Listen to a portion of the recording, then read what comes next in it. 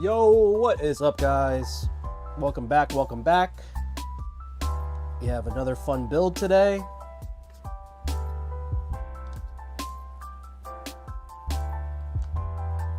Alright, just getting everything situated.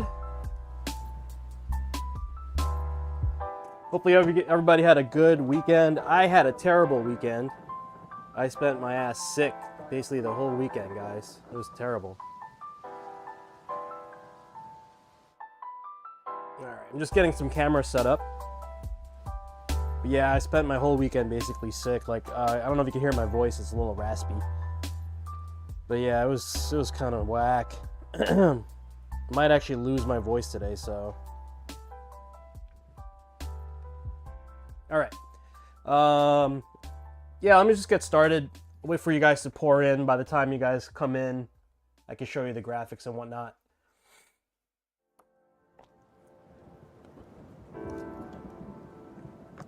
Let's just get everything ready. So we're doing a stickless build today, which is nice for once. We've been doing a lot of joystick builds. I'm going to start off with the side panels. I'll show you guys the graphics in a bit, but we are doing a Demon Slayer theme today. Here's my garbage can. Guys, I don't have a garbage can. That's not good. Maybe I'll grab that in a sec.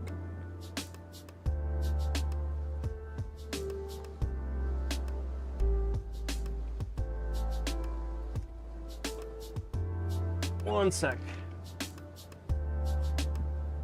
Found it.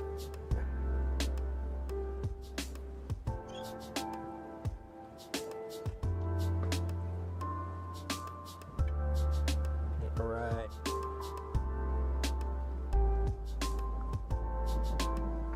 Okay, this panel's good.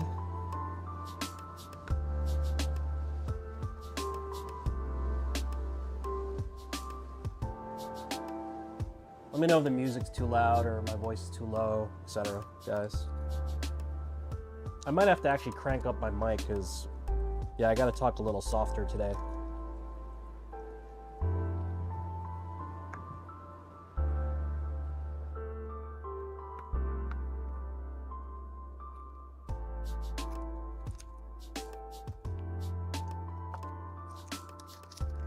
Shout out to the homie Deuce. This is for the homie Deuce. Or Deus, my bad, Deus. I don't know how to say it exactly. It's probably Deuce or Deus.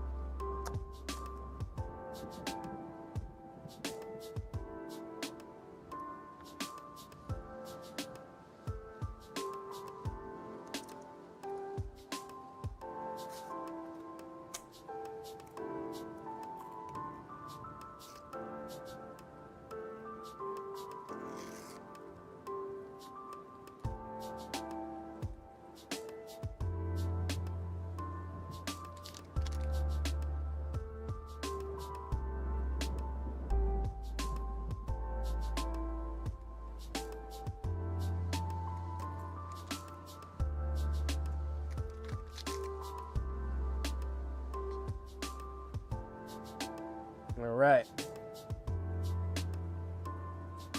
These panels are all set. Let me grab my hardware kits.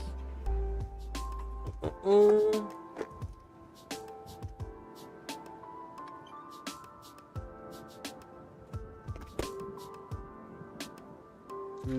4, 6, 8, 4.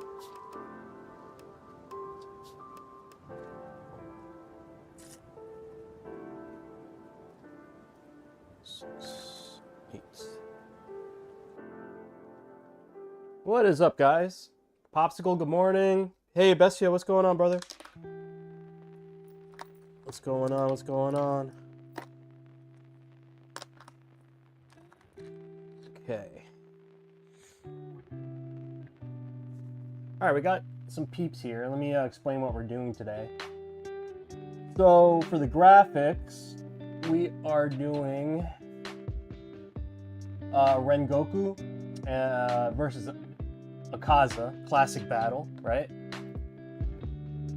Rengoku versus Akaza, Demon Slayer. This is what I cooked up. If you guys were here last stream, you guys seen me cook this graphic up.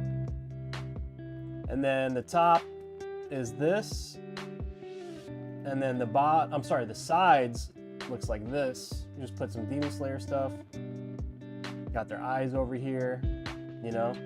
Theme continues on the sides, and then the bottom is a nice engraved foam. I've been, guys, I don't know if you can hear my voice, but my voice is shot. Like I basically spent the whole weekend sick as a dog. Like you see that couch back there? I was sleeping on that couch for the last 3 nights. It sucks, bro, because I didn't want to get my wife like fucking sick. So yeah, it was super, super sucky. Yeah, I had a pretty crappy weekend other than that. Basically been living in this basement for a couple days. Other than that, I'm fine.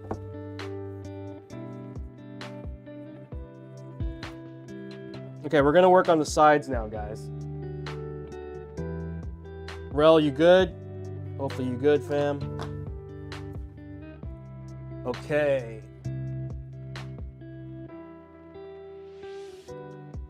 So, you know what? I'm just gonna go ahead and work on the smaller pieces first. Let's do that.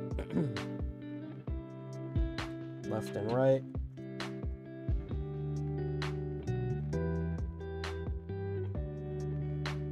Where's my covers? Let's see. No, Pop, other than I had to I didn't really want to, but I had to go drop off orders because I had to ship stuff, you know, throughout the weekend. So that I snuck out, dude. It was like COVID. I wore a mask. Dude, I still have the mask. Where is it? I don't know. But I literally wore a mask like it was COVID just in case, you know. Like I don't think I had COVID, but I was like sick where I was like, if I breathed on someone, they were definitely gonna get sick. Do some painting. No. I wore a mask like it was COVID.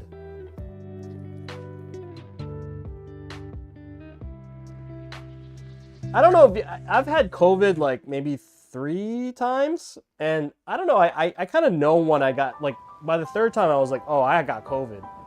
That was over a year ago at this point, maybe more than that. But I have a feeling, like I have this weird, like I could tell it's not a cold. I just basically had like a really bad bug, you know, like it was like a head cold, then just traveled down.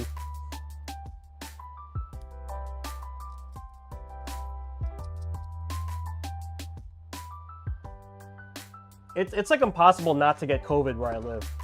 At least back in the pandemic days, it was just a matter of time. Because like I live in one of the most densely populated states, if not actually the most densely populated counties in the country. It's impossible.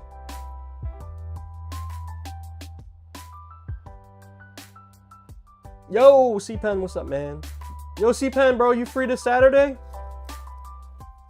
I got it's a double weekend, man. I don't know if I know you always got the fam around and stuff, and wifey around, but yeah, I'm running a test event. I'm running a tournament on my own on Saturday, and then if I got energy left, I'm gonna try to roll up to Cody's after. But yeah, I got the salty soiree.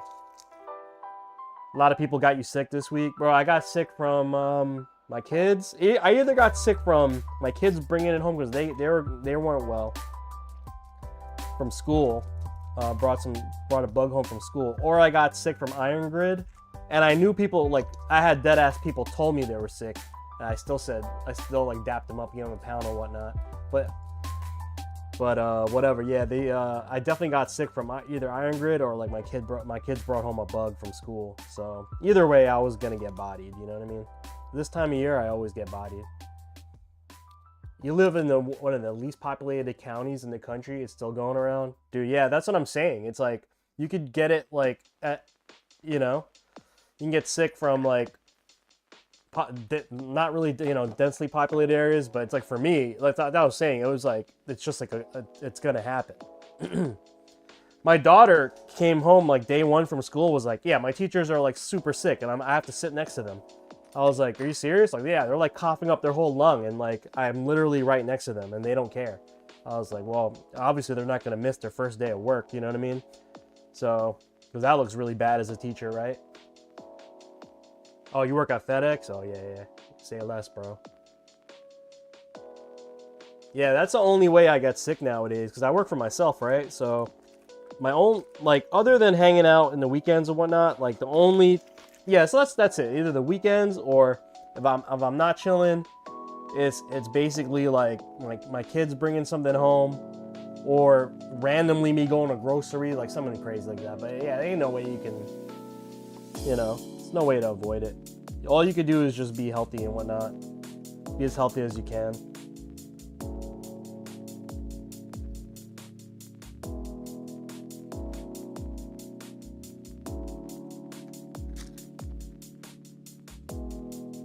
We got the gloves on today, guys.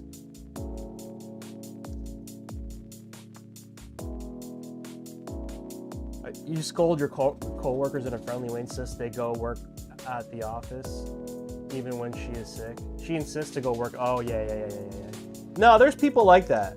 They just like are workaholics. They feel like a different social pressure to be at work. I was like that too. I hate to say it, but then I had a family, and then things started changing. I was like, wait a minute. I think it does change a lot. I think Rel can probably attest to this. Oh, you're gonna be in Boston, C-Pen? All right, bet.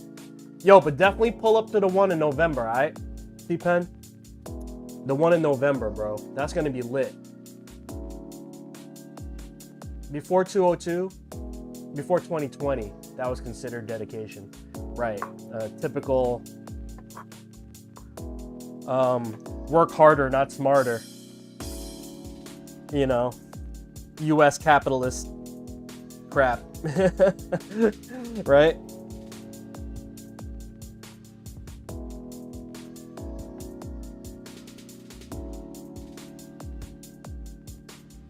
It's hard to break out of that, man. Like, I basically yeah, it's tough because honestly, without that grind culture, I would have never been able to start my own business without, that hustle mentality. But then recently I traveled to Europe and stuff, and they work just as hard. They got their own businesses, but the difference is society expects you to take breaks. You know what I mean? I'm sorry, guys. I'm clowning, bro. I'm so sorry. Yeah, society expects you to take breaks. You know what I mean? In those countries, and then because of that, everything is different. One sec, guys. I'm trying to set up my time lapse for my camera. Okay, there you go.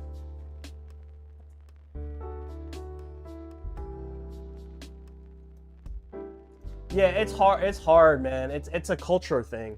You know what I mean? Yo, Rel, I'm with you 100%. You didn't show up to work for whatever reason, even if you're sick as hell, or even got some crazy personal stuff, you're still frowned upon. And that's crazy, man.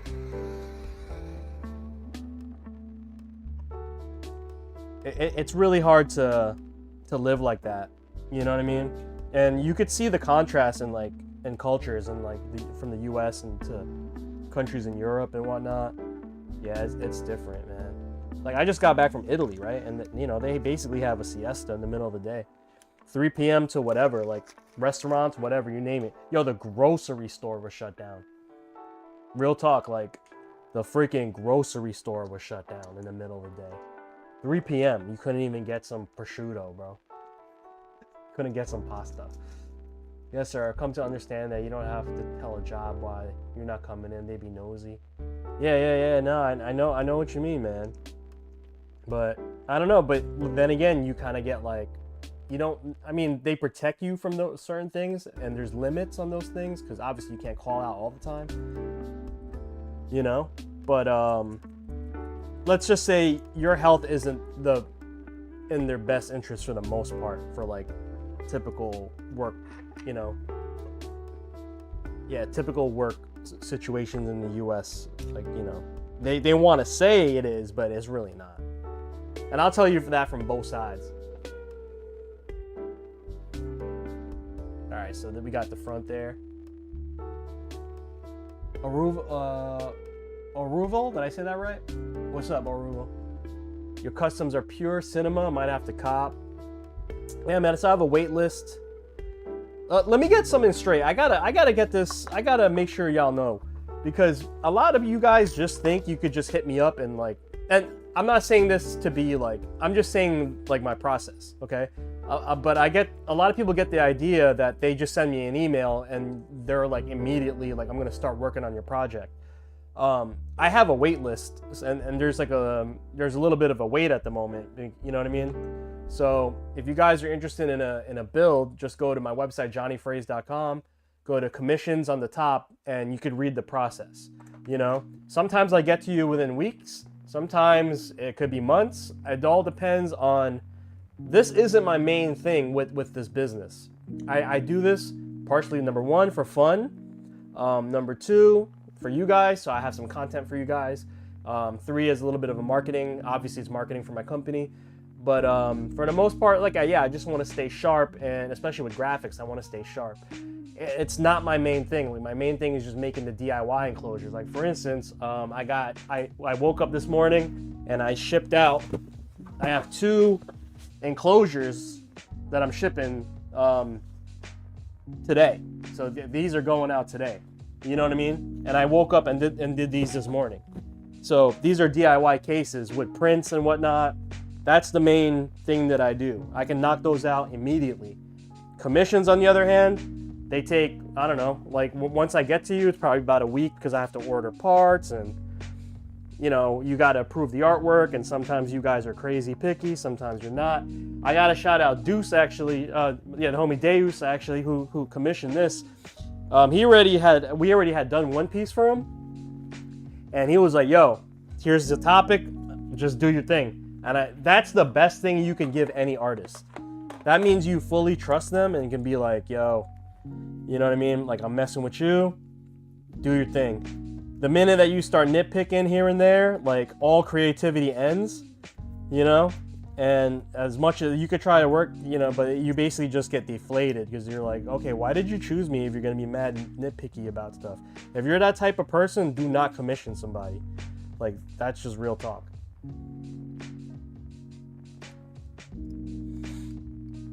Yeah, but no, because there's people that kind of get upset, you know? Orville, like there's people that have been getting upset at me. They're like, oh, what do you mean? Like, I'm ready right now. I'm like, well, you know, like there's other people that have been waiting. You know, it's just not fair. You know what I mean? So, yeah, I've just been getting that a lot, and it's to the point where I kind of have to explain myself. Like, guys, like, you know, like if you just look at my YouTube channel and count the output that I do. Just count the output in the last couple months. I think I've built like, I don't know, 40 sticks since the year started. Something crazy like that, probably more. You know what I mean? And like, you can't possibly do all that. You know, like, it's crazy. I'm definitely blessed though. That people think of me for this stuff, so this is not a complaint. I'm just telling people that, yeah, the demand has been a little high, and you know, I just have to manage it as best as I could, and I'm only one person. You know what I mean? I'm literally only one person, and I still have to handle all the other aspects of business outside of my personal life. You know what I mean? Like I literally have to, like I said, those 2 boxes right there, I had to knock those orders out. you know, before I started this commission for today. And matter of fact, because I'm doing the Salty Soiree event for Capcom this weekend, I like theoretically when I finish a commission, I just hop on the next one. I'm not doing that until the end of this event because this weekend is crazy. I have to produce an event for Capcom, guys. For Capcom, not even on some regular. No, like this is a Capcom produced event that I have to make sure is on point. You know what I mean? So I can stay on their creator team. Yeah, and and my kids aren't allowed to do child labor, so there's that. So yeah, after this build, after I ship this, I am not going to I'm not going to do any other commissions until the end of, at least I finish these events. So yeah, it's definitely going to be some time. And thank God, like the homie Deus, who commissioned this, he, like I said, he said just rock, just do your thing, and that was like the best thing that I could have asked for, because you know what I mean. Usually, a lot of the time is not wasted. A lot of the time is consumed by people not knowing exactly what they want to do, and then as an artist and a graphic designer, you start doing something based on what they first say. They look at it and then realize what they actually want because they need, they don't think about like labor and the time it takes to create stuff. And once they see something, then they change the whole topic on you. Then they're like, oh, actually, I want this. And then I'm like, bro, I'm freaking 5 hours into this graphic design already, and you can't just change the whole thing, and that causes like a what do you call it? Time to, and then I was like, okay, well, I'm starting over again. You know what I mean? And that causes like everything to be shifted. But if people are like, yeah, I'm ready to go, just do your thing, I trust you, most likely it will come out better than what you expected. And what do you call it? Yeah, like anytime you commission an artist and you just tell them to do their thing, trust me. Like if you have already the work is that you should be doing is choosing the right person for the work that you want to do. That's where you actually need to choose something. And that's just a tip for commissioning anybody. Your architect, anybody. Your painter, whoever that, any artisan, you got to choose the right person. What's up, Boshi? Yeah, Orville, I think I did more than 40 at this point for the year. It's already what, September? All right, so actually I label them. I don't even remember where I'm at. Let's double check. Hold on. I'm gonna double check on I archived them on my Google Photos. So I should have it. Let's see. All right, so this is the last build we did, right? Hold up. All right, so I usually put a comment. Holy crap, so I'm already, this is 44. This is build 44. This is build 45.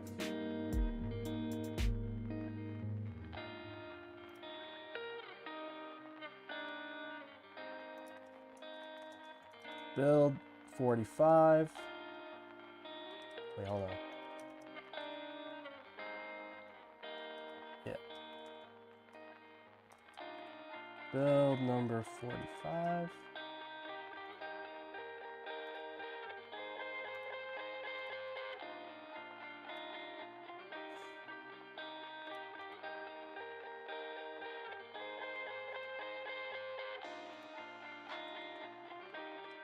And this is for Amari, right? So I just gotta get the spelling right. Jean d'Arc.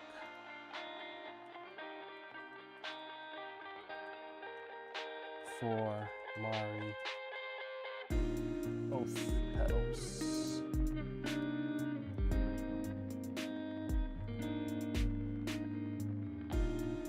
Alright, so that's 45, right? I'm already on 45 for the year. And then this is going to be 46. And on top of that, right, I've been doing these just the enclosures with artwork. So 45, 46, 47, 48, 49, 50. I'm on 50. This is crazy. That's the. I think I've already passed my. My record of like. You know what I mean? It's getting out of hand, man. So yeah, I can only do so many at the same time, guys. And as you can see, I'm not even slacking. If I was slacking, whatever. Say what you gotta say, but I ain't slacking, guys. You know what I mean? Oh man. Alright, I gotta say this. Hold on, Cyberpunk. Who is this character again, guys? What's her name? Gosh. I forgot her name.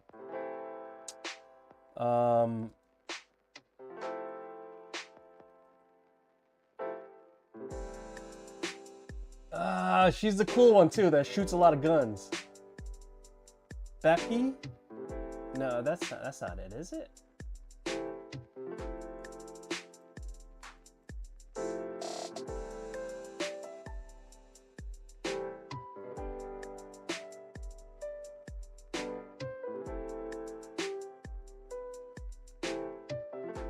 Rebecca. Yeah. Close.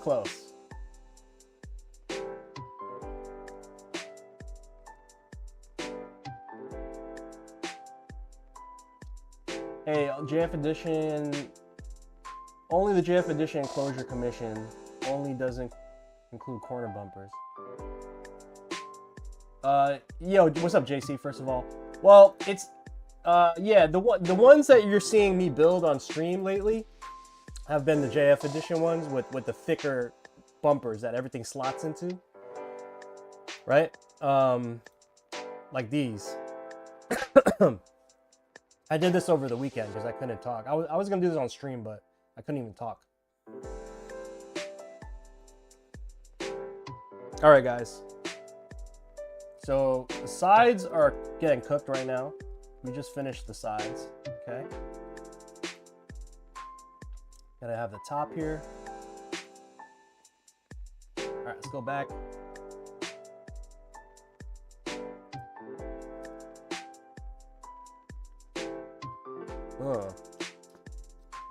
Lined up the buttons really nice. Yeah, there you go. Yeah, Rebecca. I don't know, I just went blank for a sec, Zero. Yeah, I just typed it in the notes. That was for you.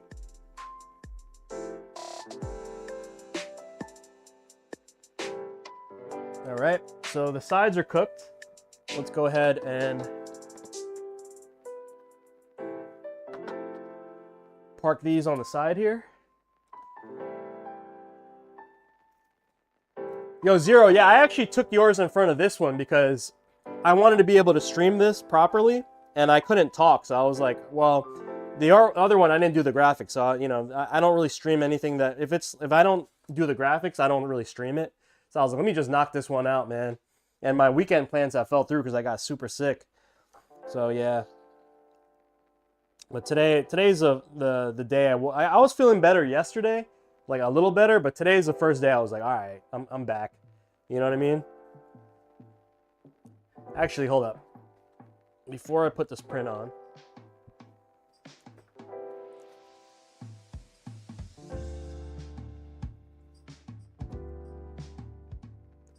All right, let's do the top panel. Get that going. We're gonna need the board.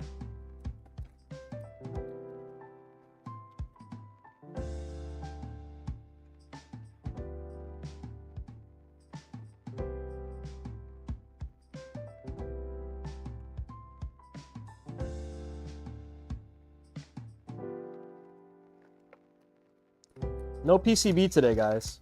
I mean, I'm sorry, no joystick today. Just PCB. paper off.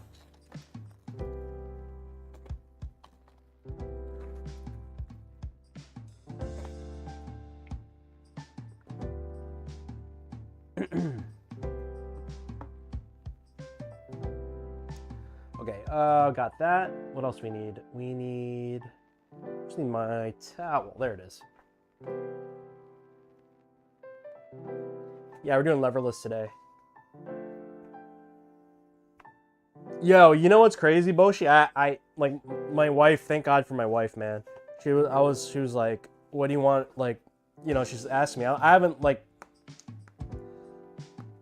had much of an appetite, and she's like, "What do you want to eat?" And I was like, "Yo, can you get pho? Like, I want soup." Like, cause I was like, you know, craving soup because I wasn't feeling well. And yeah, she like went and got pho from like a Vietnamese spot. It was so good. I was like, oh, thank God. And that shit lasted for like 2 days. Got like a bucket of pho. I don't know. What do you guys think? Pho or ramen?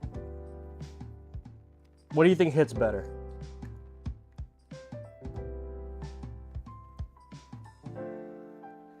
See, the thing is, like, I like ramen, but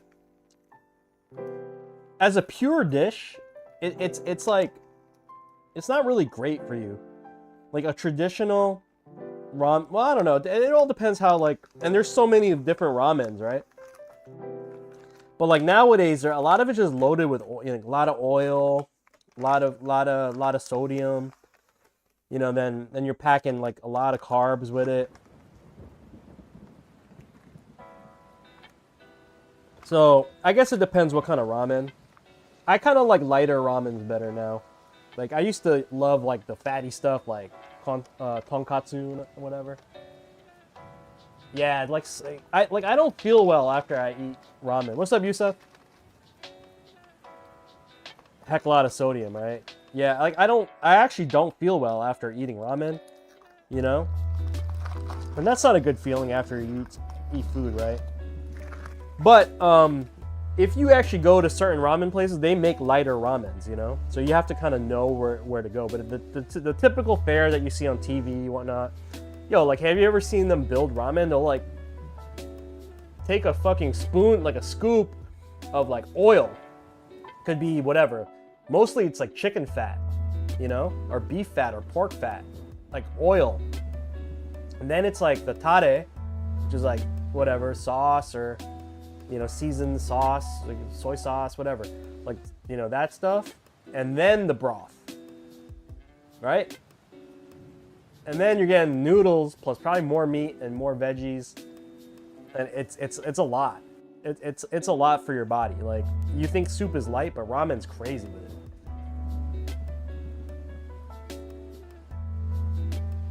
You get angry? Yeah, I wasn't angry, man. I just like I literally lived on this couch for. I just caught up on YouTube and Joe and Jada. You had some Chinese ramen. It was hot as shit. I couldn't even finish it. It was numbing my mouth. I thought that would help. Yeah, that sounds crazy. See, Chinese, there's so many, like, China is like, if you just say Chinese food, that's just not even doing it justice, you know? There's so many different types of Chinese cuisine that it's like, you can't possibly have everything. Unless you're from China. Even people in China don't even travel like that.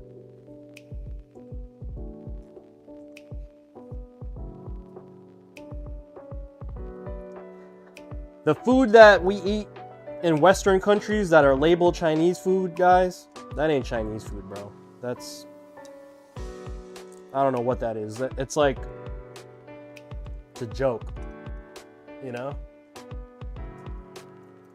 Especially here in America. I'm not saying it's bad, by the way, but it's not representative of actual Chinese food. It's like if what's the best way to describe it? It's like if you watched a cartoon or something that, you know, that was and that was your reference of what the actual thing that, you know, the cartoon was about.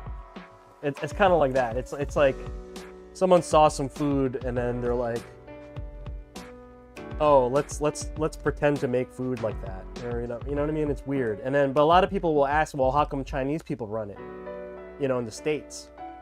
That's because they're basically forced into that. They're not forced into it. They signed up for like labor like that. The Chinese food industry in the United States is basically from, you know, those companies. You guys ever notice something when you get Chinese food? The menu's the same. You know what I mean? Like the menu is almost exactly the same, right? Like the dishes are all the same. They're in the same fonts and whatnot. And yeah, so like your standard takeout spot in the United States, right? Everything's the same. When you get the soy sauce, when you get the you know, the duck sauce, whatever, all that, it's the same company, the Yiping, you know what I mean? Yiping, Yiping Food Company. Those guys like run everything. They run the service to get the ingredients. They run the service to get the sauces, the menus made. Bro, you name it. They do the whole thing. Let me tell you something about Thai food too. Okay, I love eating Thai food, right? But then, if you actually talk to Thai people, like the food is like, all right, let me explain it this way. Thailand wanted to spread their culture around the world, and they did it through food. So what they did is they gave incentives for Thai people to, where if they want to open a Thai restaurant outside of Thailand, they will give them money to go ahead and do that because it's helping spread, you know, Thai culture. Now, here's what happened, okay? Because they gave them money, they basically said, okay, we're gonna give you money, but we're gonna give you a standard that you have to uphold for the food. One sec, guys, I just gotta grab something. Actually, you guys can hear me, right? So, with that said, they made like a universal menu for Thai restaurants outside of Thailand for food. That's why you could get red curry, green curry, you know, there's like only those things, and like here's the noodle dishes, you know? And in order for them to get that money, they needed to provide that universal menu.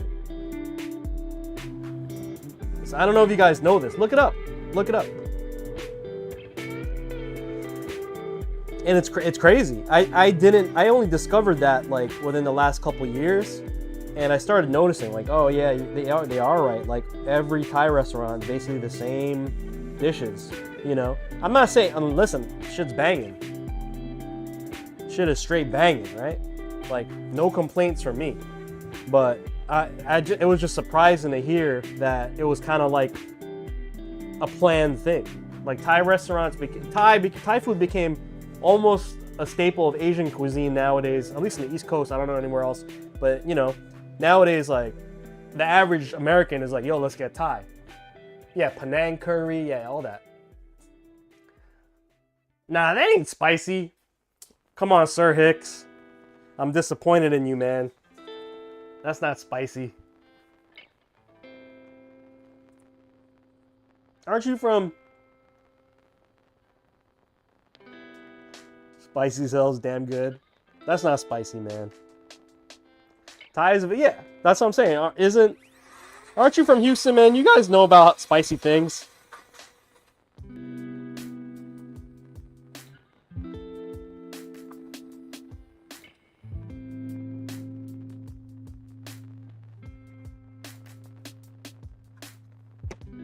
It's crazy how like people with very low tolerance of heat, like I don't know, it's like I guess they weren't raised that way. I didn't eat a lot of hot food either, but because I live in such a diverse area, you kind of just get exposed to it, you know? All types of stuff, you know, Jamaican food, like, you know, just eating like Scotch bonnet peppers and the dishes, you know, that's delicious. Asian food, of course, Indian food, you know, and you start, you know, obviously like Hispanic food just with hot sauces, and like you actually have real Mexican food where they use like roasted, like beautiful roasted peppers, you know. Oh my God. Like you just, and it starts to open up this whole world of food that you're just like, okay, you know. Like I wasn't big into the spicy stuff either, but then once you start understanding the flavors and how the heat isn't, it's not even about the heat, it's about the flavors. Incredible, man. What's up, Chowder? Yo, real talk, if I were to start my life over, like I'd probably want to be a chef. You know, I think I wouldn't say I'd be like a great chef, but I could definitely be like on the line, like cooking some shit up, like sous chef level maybe, you know. But yeah, I think I have the mind for it. You know, I understand flavors and whatnot. Prior to COVID, I used to be able to, like, if someone gave me a dish to try, other than, yeah, like literally before COVID, right? Because my senses got really fucked up after COVID. I used to be able to tell you like every freaking spice that got put into a dish, you know? Like, okay, I taste the star anise, I taste this and that. And for the most part, I was right. You grew up with sweet, not spicy.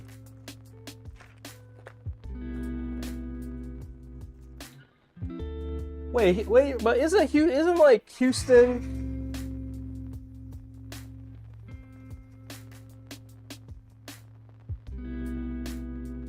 One sec, guys.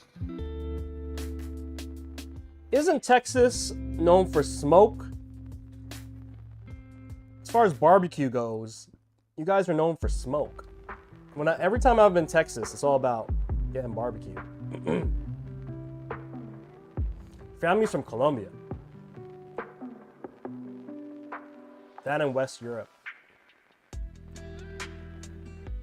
Pop, I'm like, listen, I've been to Montreal too.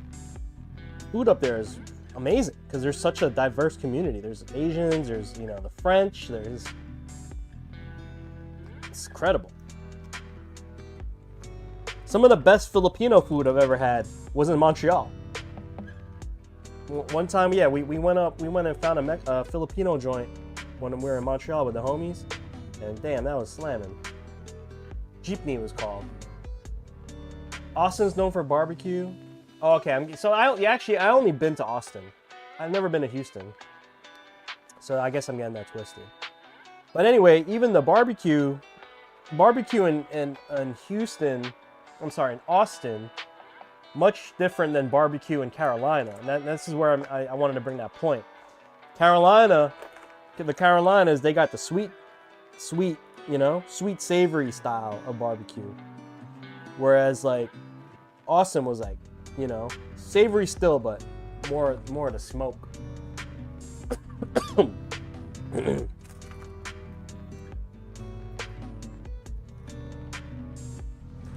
Let me tell you something too, guys. Me and my wife were just talking about this, right?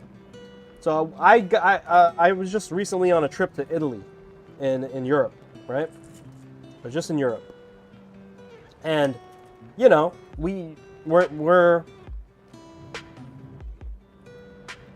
like foodies, you know. That's like our thing. When me and the family travel, you know, like mission one is let's find good ass food that we can only get where we're at.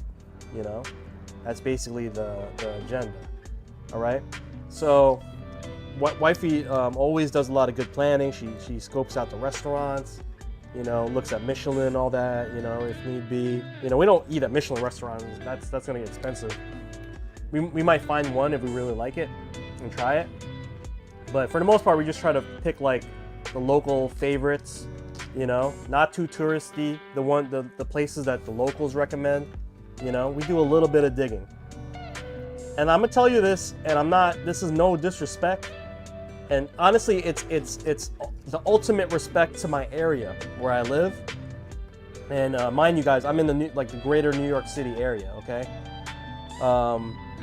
Like the Italian food that I've had in Italy was great. And I went to Venice, I went to Rome. But I will tell you, the Italian food that I've had here in my home area, you know, not even far off. Matter of fact, like that was like our first reaction. We're like, you know, I would have thought that like, okay, I went to Italy and the food was just gonna blow my mind away. You know what I mean? Just straight blow my mind away. Like I've never tasted Italian food in my life. Come to find out, the food that I've been told was Italian food in my area is actually pretty damn close to what it's actually like. And I was pretty proud of that. I'm like, damn. So yeah, like my area got it going on. And I can say that for a lot of cuisines that I've traveled to in the world, you know? Greek. Shit, I actually think the Greek food here is better than Greece. Other than some, like, I'm talking about restaurants. I'm not talking about like a Greek woman, like a Greek grandma in Greece. No way. Like, that's impossible. But like, you know, the Greek people here represented properly, you know what I mean? So yeah, like Asian food's the same way. So I'm like pretty happy about, like, as a foodie, I'm pretty happy about the area that I live in. I get to experience like all types of different cultures through food, and it's pretty close, at least from what my experience in life, pretty close to the culture that it's representing. Yo, and Latino food though, my area is unmatched, bro. I can leave right now, I can get Peruvian food, I can get Colombian food, get Puerto Rican food. I don't know, yeah, like Mexican food, whatever, like legit, and not even like fake stuff, not even no gringo stuff, like legit.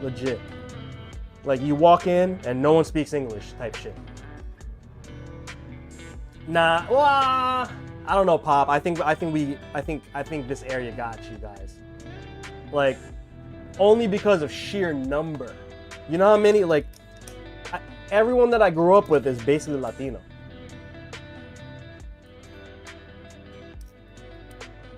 Boshi, where I live in New Jersey is literally 7 miles from New York City. I can leave my house right now and drive to Manhattan and be in Midtown Manhattan in less than 20 minutes. So that's where I live. The only dishes I feel off in the US is Arabian food. I tried. Where in the country though? Yusuf, where in the US? I'm talking very specifically my area. Like in my area, there's amazing Afghani food. There's amazing Persian food.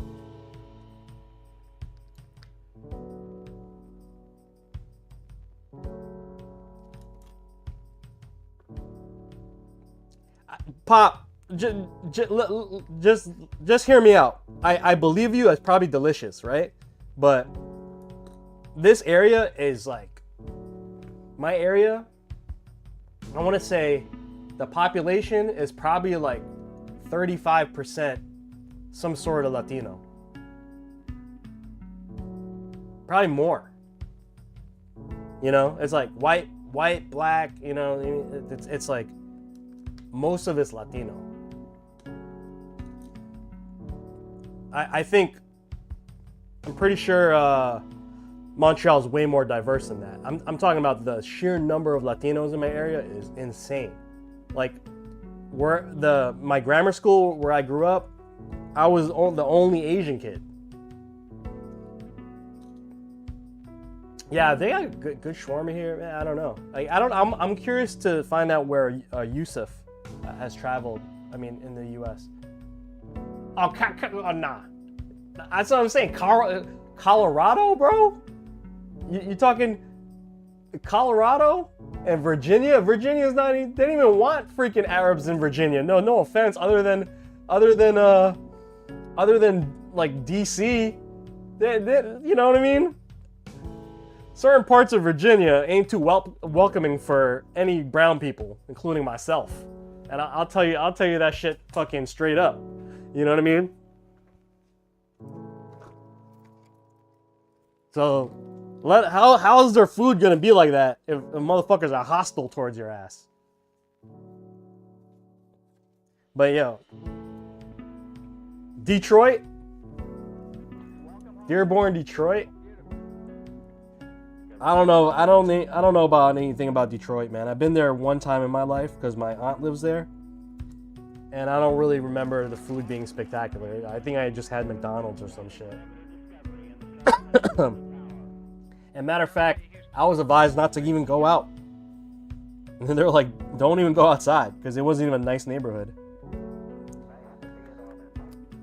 Yeah, I had an aunt that lives there.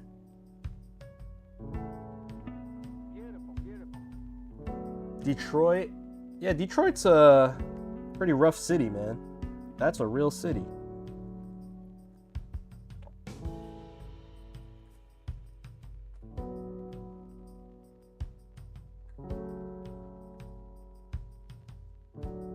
You know what's crazy? I got cousins out there that I don't really talk to. It's just kind of like, not for any reason other than like we kind of just lost touch. That's how I feel about your dad's side of family living in Oklahoma.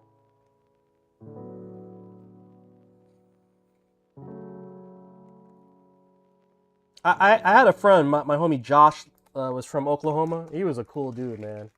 We worked together back in the day in New York City.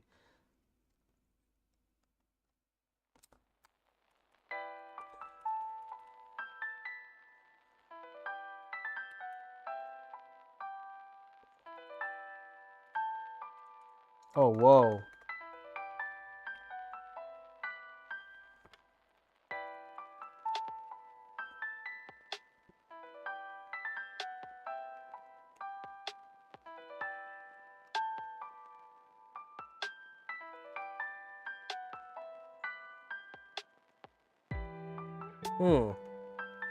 Man, this batch of buttons are a little different than I feel like.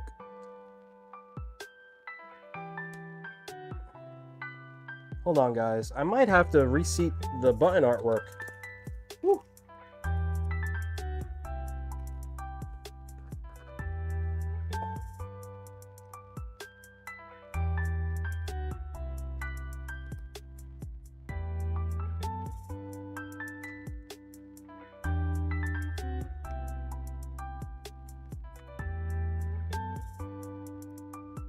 I might have to add some glue.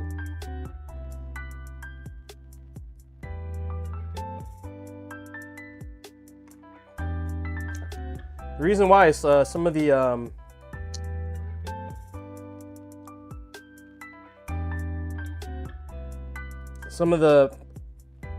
hold on, is this moving? So some of the pieces were sliding inside. Now, this one's not moving. Is it? Am I bugging? Hold on.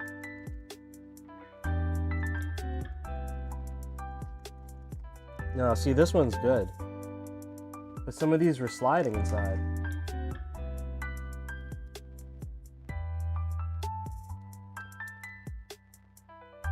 What's tabula? I want to try that.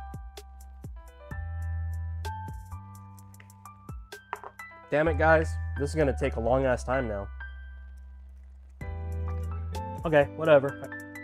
Ain't no thing. I gotta get my glue stick.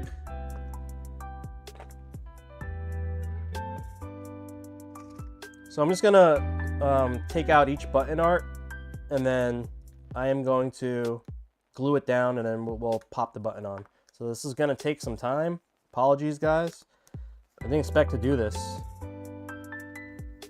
but here we are.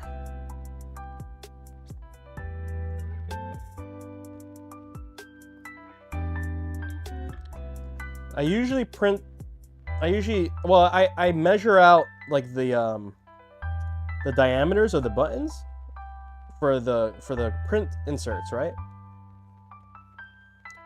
And I measured the gravity KTs. I already made a specific set for them, but I guess like they changed the spec because all the other builds in the past that I've done haven't had this. Okay.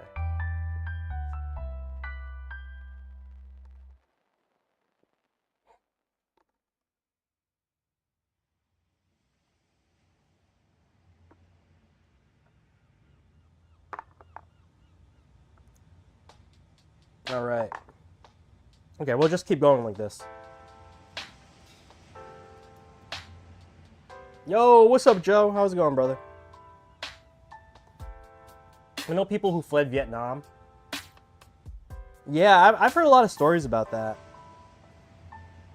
Vietnamese, yo, I love Vietnamese food, man. I think they got a good balance of flavors, you know? They have like the sweet, spicy, and like the textures are good. Like they'll match textures nicely. Like, you know, like the way that they just like add veggies for the sides, you know, it's like, so some of them are like there just for like the crunchy texture. It's really cool.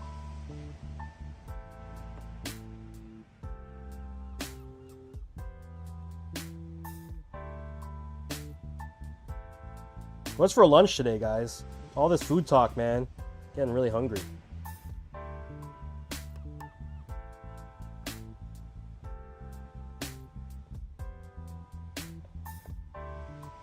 Good, good. Just having issues with a stick build. Oh no. Oh, arcade parts UK? Uh-oh. I heard they're back open again.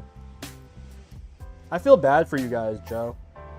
You guys don't have like, I know arcade parts is like the spot, but I feel like you guys don't really have like a spot, like a consistent spot. What's up with that?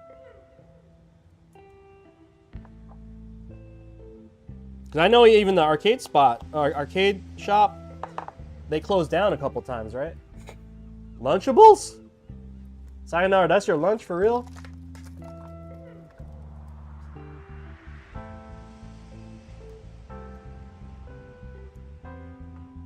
You ate some pork with some pasta? That sounds good. Boshi, in your culture, you can eat pork, huh?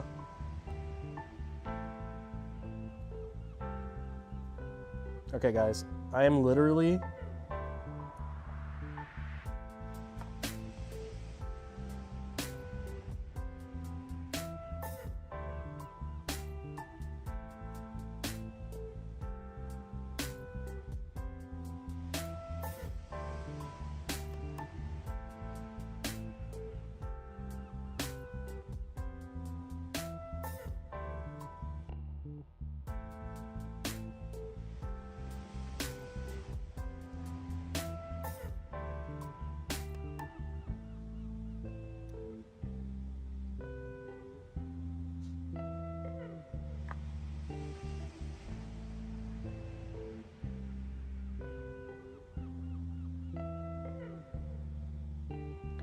Where Boshi's from and the culture he represents are two different places. So it's kind of like...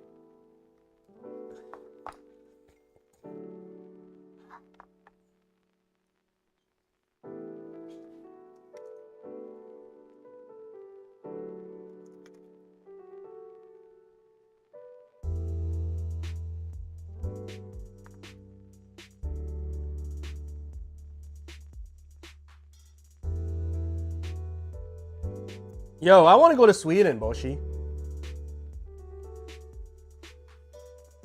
I definitely want to go to Sweden. Seems like such a cool place.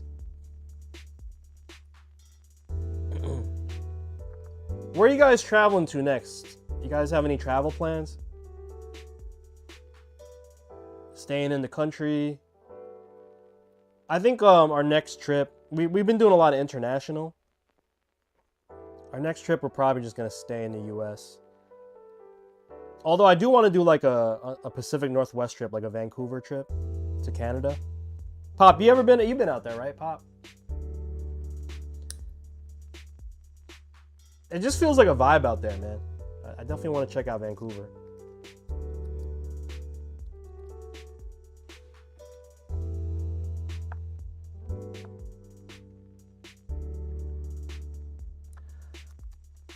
I've been trying to, you know what? I've been trying to go to Seattle. You never been to the West Coast? Damn, I would have just assumed. Why not, man? I feel like you should go, Pop.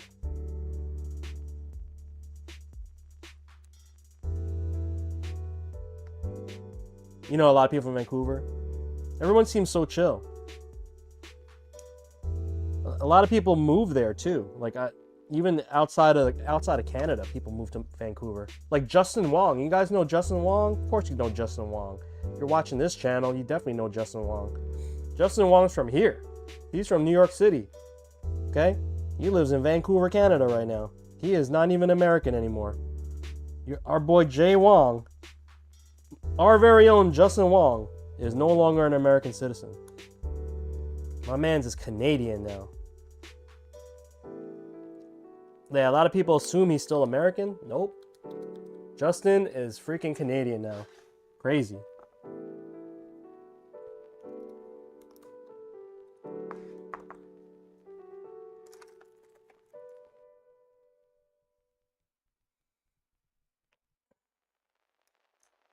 Yeah, Justin is from New York City, man. I used to see him in Chinatown Fair. I didn't go to Chinatown Fair like every day like those guys did because I lived across the river, but every time I went, Justin was there, Sanford was there, L.I. Joe was there on the weekends. One time I saw Ryan Hart there from the UK. I was like, what are you doing here, dog?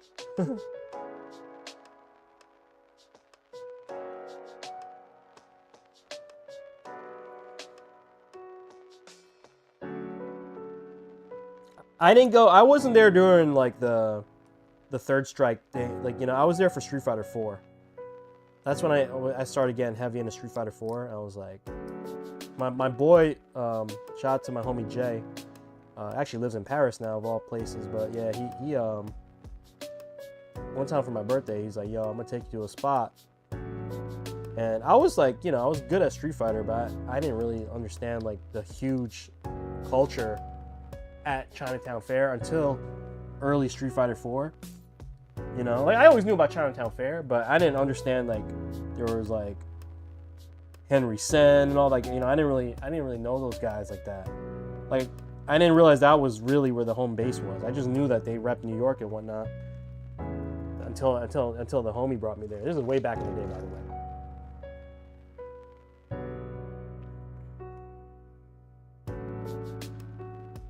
Oh, that was the homie. That picture, Boshi, was from not even my event. It was one of the homie, Cody. He's in our Discord too, Cody David Holmes. For sure, I'm going to US. Not going to US anytime soon. If they look at my phone, they'll probably gonna see a meme or two. They'll like have me deported. Pop, there's a lot of people that think like you in the US. A lot of people are not happy. Like, there's equal parts of people that are not happy about our current political situation.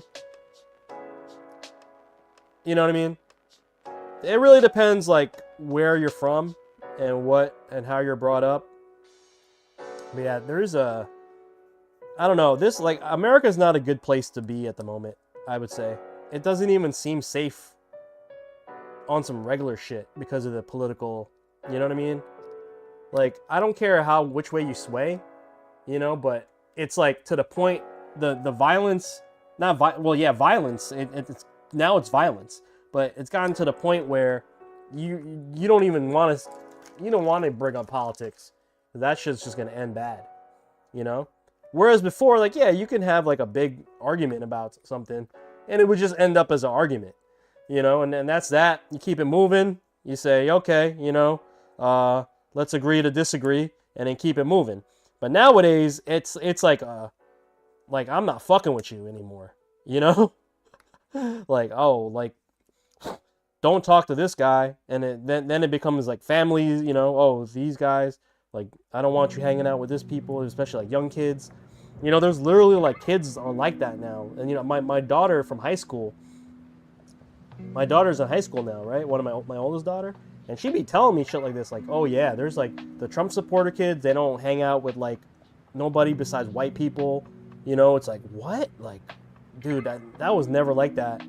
And I grew up in this area and that's never been that way in my whole life, you know, that like you're not allowed to hang out with these type of people because of the way that their parents had raised them politically. That's crazy. but that shit is real. Like, it's so whack. It's so whack, bro. Like, I'm not mad about, like, I don't care who you voted for, but I am not cool with bringing a divide to this country. You know what I mean?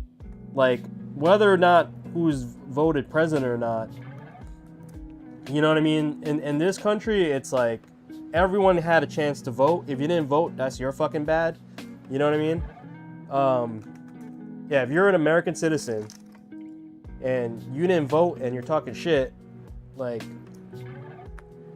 all right, and people say, oh, my vote actually doesn't count. Okay, at least you could say you tried instead of just staying your ass home.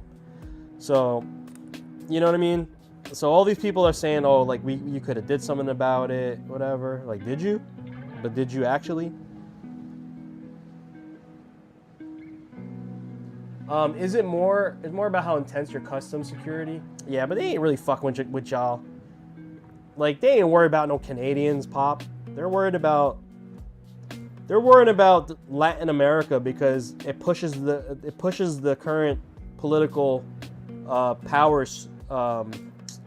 It pushes their ideology of Latin American countries bring all the drugs to America. You know? Like, it's and immigration and like the immigration situation and taking American jobs. They ain't looking at Canada, dog. You know, Canada shit. Like, we need you guys to give us fucking power.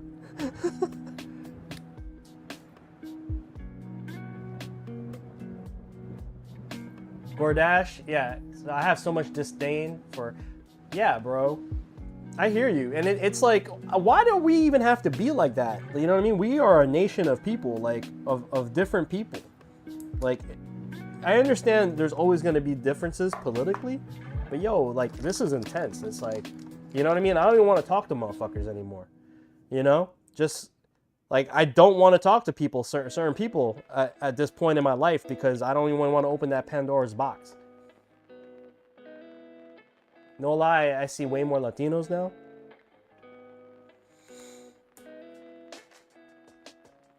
I don't know. So that's hard for me to even say because I just grew up with a lot of Latinos, man.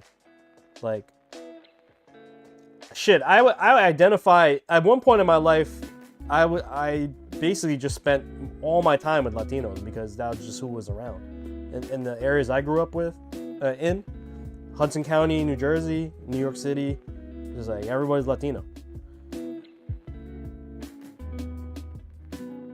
Shit, at a certain point in my life, my name wasn't even my name. It was just Chino. I was like, you know?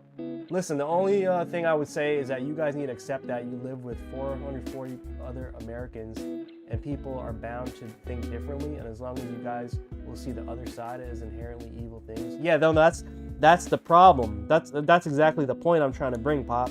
It's like, it's so polarized now. Where it's just like before, it's like, okay, like, yeah, I support this guy. Here's why, blah, blah, blah. You know what I mean? And then, but now it's just like, if you don't think how I think, then I'm not gonna even acknowledge you're a human. You know what I mean? And that's just not cool, man. Prior to this era, I've never been ashamed of ever being an American citizen. I was, you know, like I was super proud. And then now, regardless of, I'm talking about both recent presidencies. It's like a shame, you know, like why don't we have really amazing leaders? You know, like I want a leader that is a leader, a real leader, you know, that someone that I could be like, that guy got my back. And I haven't felt that way in a long time. You know what I'm saying?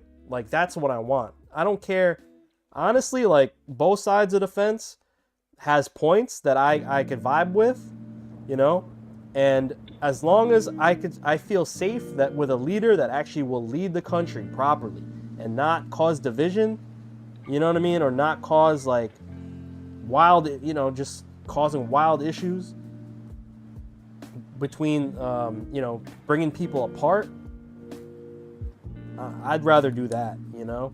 Like, it's crazy.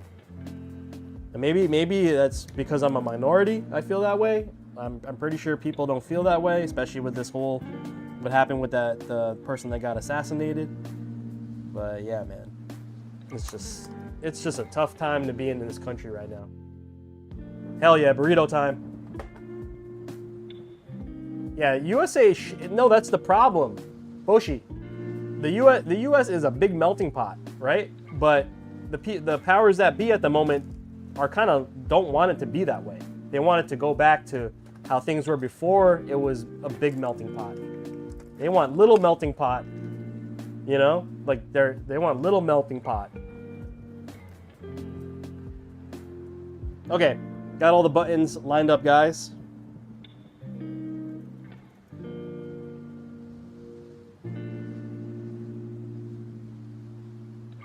All right, Boshi. All right, let's get everything going. Let's get some wires.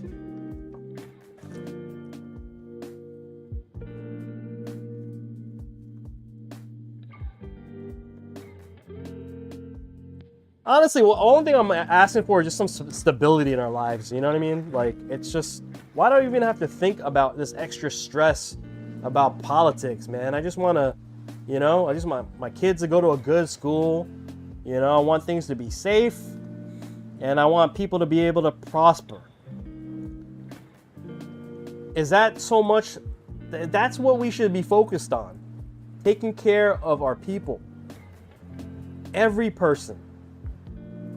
That's what we need to be focused on. And at the moment, I don't feel that that's happening. There's like all these other agendas that are not the bare necessities of a good society. You know what I mean? Yo, Boshi with the gift subs. Woo! Thank you, man. I appreciate you. Yeah, but spread love, man. Spread love, not hate. Thank you, sir.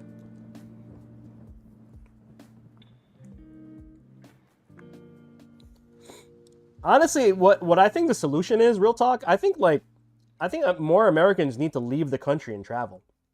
You know? They need to leave the country and travel. Not a lot of Americans don't even leave this country. They have no perspective of the outside world at all.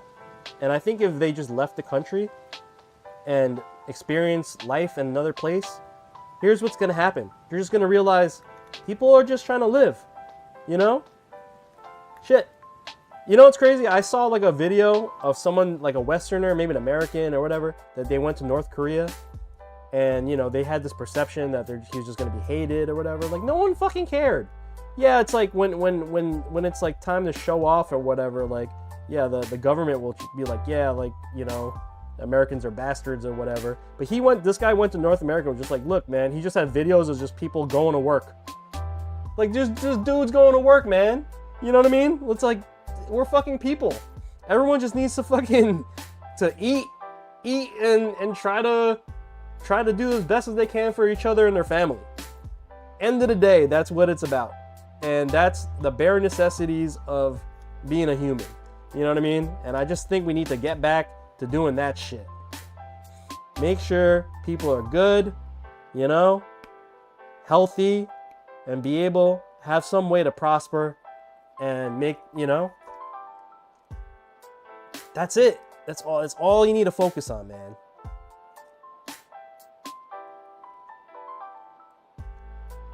So yeah, my kind of cap this convo, man. Like, just go travel, guys. If you can, like, get the fuck out. If you live in the US and you haven't left the US, pick somewhere that you find interesting and just go. Trust me. You'll come back, like, enlightened. And my tip for you is don't try to push your morals on anything. Just experience whatever the culture has to experience to give to you. And try not to do the touristy thing. You know, as the core thing. Don't do the touristy thing, because then they just feed into that. Like, go actually explore other places, other cultures. You will come back a changed man.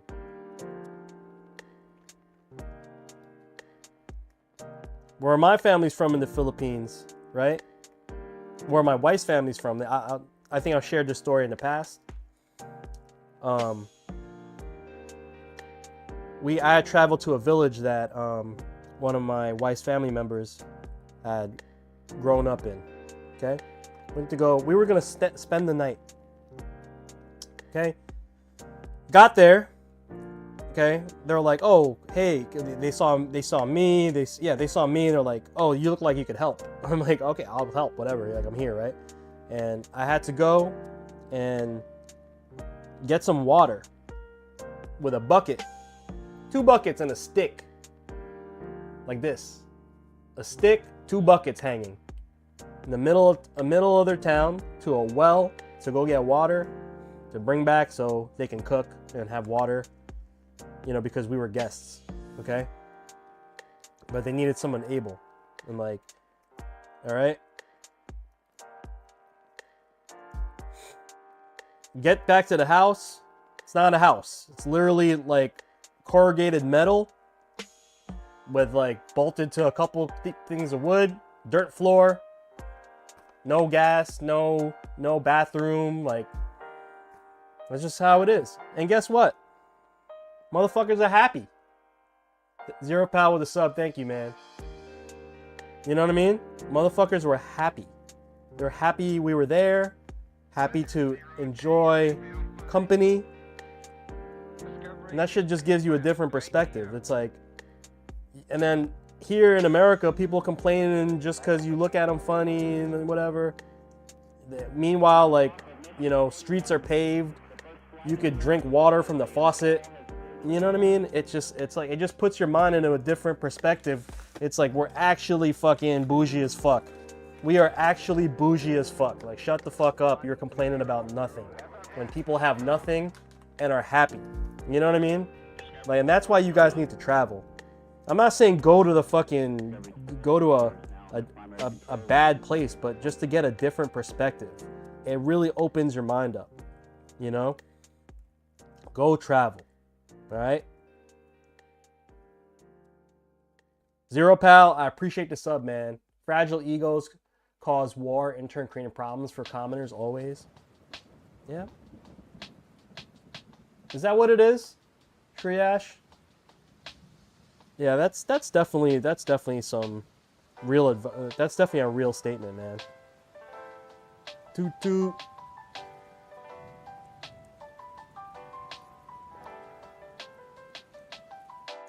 Like, you know, I take this, like what I do, like I was able to quit a corporate job to be able to do what I love. You think people could do that anywhere else besides this country? Maybe, you know, and not like this is the most, you know what I mean? I make arcade sticks. I mean, first of all, there has to be an economy where people play video games as a norm. I can't do this shit anywhere else. Shit. You know, like you guys gotta humble yourselves a little bit. Feel me?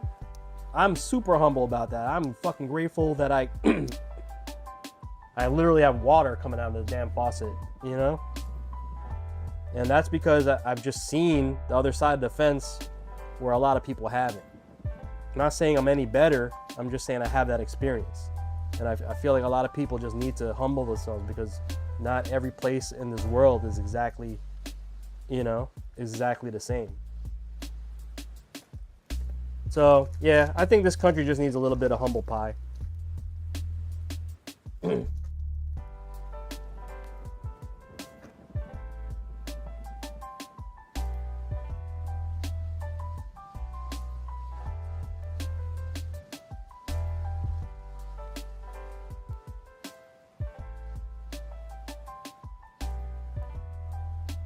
All right, here we go. We got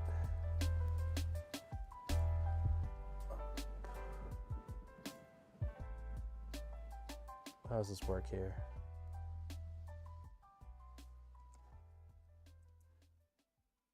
Why do you think there's an alien problem?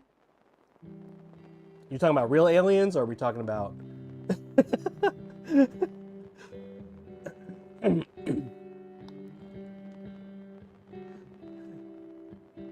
Because it depends who you talk to. We could be talking about some extraterrestrials. Thanks for the content, bro. Yo, Gordash, thank you, bro. What the fuck? You don't need to do that. Bro, you bugging, man. Thank you, man. I appreciate the tip. That's crazy. Are you talking about just immigration issues? Yo, Gordash, thank you, man. Appreciate you, bro. Yeah, bro, my pleasure, man. I know you. I appreciate your content. I like to lurk and work. Man, you bugging, man. Thank you, man. I'm gonna buy you a drink next time I see you.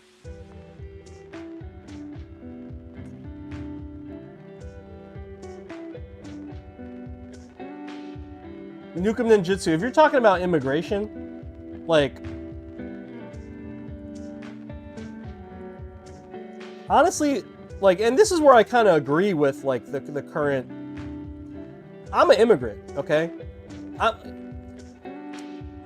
I'm let me, how do I explain this? I'm an American. Let me explain it this way. My dad was an American citizen when I was born, okay? My dad is from the Philippines, okay? Born in the Philippines, for the most part, is a Filipino, okay? But my dad, in his youth, wanted to be an architect and was an engineer and studied engineering, but then obviously, Mecca of engineering and architecture, New York City, Chicago, Illinois. So my dad's dream was come to America, make it over here as an engineer. Rest in peace for my pops. Okay, and he did that. Okay, and he also in the interim he became an American citizen. You know, got some opportunities back home in the Philippines. Was still an American citizen, but just went back home to do some business opportunities. Met my mom, had me and my brother. Okay, by law, because of that, my father, and I guess in tandem with like the Philippines, my father, being an American citizen, me and my brother, American citizens, right? But for some reason, my dad didn't register us at like the UN embassy, like American embassy. And so we didn't officially have any paperwork saying we were US citizens already, but we were Filipino citizens, we were born there. But all he had to do was just claim that we were born, and then like without any type of process other than just claiming that we were born, yeah, we could have just got our official like US credentials. Okay. So that's crazy, right? But anyway, when we moved back here, when my dad like decided that, hey, let's go move back to the States with my mom after we were like all, you know, old, when we were old enough, you know, because he wanted us to be born in the Philippines with family around. And then, yeah, when we were old enough, you know, we moved back here. And because we never had our official like documentation, we had to go through the standard immigration process to become citizens again. Right? So yeah, but you know, basically where I'm trying to get at is like we did the proper things to become citizens. Now I you know, people sneaking into the country is kind of messed up, in my opinion. Like I don't think people should be able to sneak into the country, but I do think that people have the right to, you know, not have the right, but I want people to be able to come to this country the right way and, you know, make a life out here if that's what they want to do. So I feel like, you know, the legal immigration I'm not really down for, you know, but if you hear the right way, great, you know, you did your thing. I'll share another story with you guys. My sister-in-law, okay, she is of Mexican descent, okay, and she's of Mexican descent, but she was born No, she was Mexican descent, but her parents did enter the country without documentation, right? But she was like a child, and that's crazy, because like she had no power. Like imagine someone just taking you somewhere and saying, okay, we're gonna live here, but not knowing the political ramifications of that. So my sister-in-law grew up in the Bay Area, not the Bay Area, like Northern California, let's say, as an undocumented person, but grew up her whole life in the United States. How do you guys feel about that, right?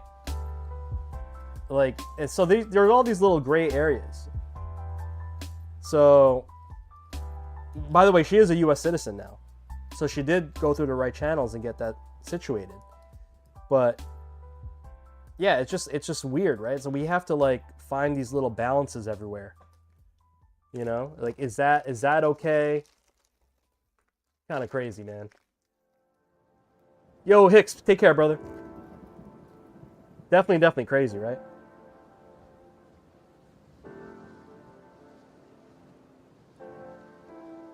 All right, we're gonna get this touchpad wired up.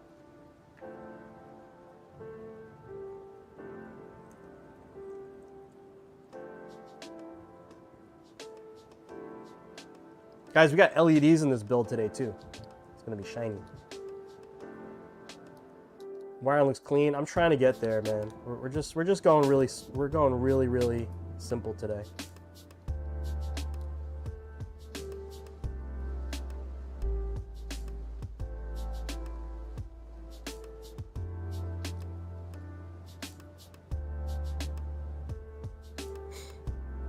You know, this is the first build in a long time that a lot of the later stickless builds that I've been building, they've been like 5 extra buttons, 7 extra buttons, like you name it. They want a button to flush the toilet. You know what I mean? Like every button. This is the first build, and I even double checked. When I was talking to Deus, I was like, hey man, so what layout are we doing? They're like, he's like, all button. I was like, just the standard all button? He's like, yep. I was like, okay, thank you. Because wiring up 15 other buttons is getting, you know, it gets kind of tiring after a while. Literally just, I was like, default as all button. Yep. I was like, wow, okay, thank you. I was like actually happy about that. Like, yo, we don't gotta wire up like 15 other buttons, dude. You know? Everyone wants to do press all the buttons, man. Can I ask you guys, chat? Wifey realized the LEDs you put in are voice activated too? Was she bugging? Was she bugging about that, Gordash? But chat, do you guys use L3 and R3 in game and touchpad and all that? Like, do you use it for actionable things in game other than, I'm talking about like in the game, not like training mode. I'm talking about like, yeah, I use it to parry, or I use it to, like, what do you guys use it with? Everyone wants 17 other buttons now. Oh my God. You guys don't have to deal with this, but I deal with the brunt of the comments. Every time I post one of these, and there's all these OGs out there, they're like, oh my God, all you friggin', you make these stupid fight sticks that, you know, there's more than 6 buttons. I'm like, at this point, I'm just like, get with the times, man. Like, you friggin', I'm just as old as these guys, by the way. A lot of people think I'm like 22. No, I'm double that, you know? I'm like, I'm just as old as these guys. I'm like, you freaking boomers. This is why you can't react to Drive Impact. You know what I mean? Like, you guys can't react to Drive Impact because of this. You know, shut up. You know what I mean? It's like, come on, man. Like, you really think that trying to get your hand to hit 2 buttons is going to be faster than pressing 1 button? You know what I mean? Yeah, but that's the way that's old school. That's the way you're supposed to do it. Cool, man. That's why you're getting cooked, man. You know what I mean? That's why you can't get past diamond. That's why your dumbass can't get past diamond. Stop complaining then. You know? Alright, we're gonna go red, black, blue. Like, stop complaining. You know?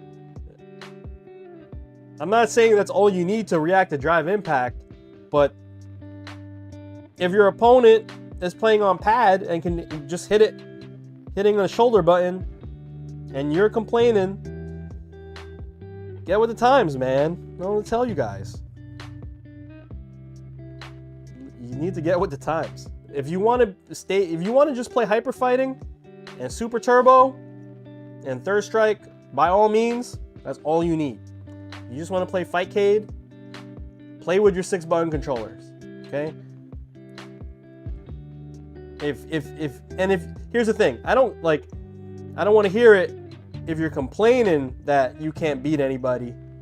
You know what I mean? If you're complaining that you cannot beat anybody in any of the modern games, and you still got a 6-button controller, and you're not realizing that's actually a big handicap, I don't know what to tell you, man. Like, again, coming from someone just as old as you guys, like, you guys need to get your priorities straight.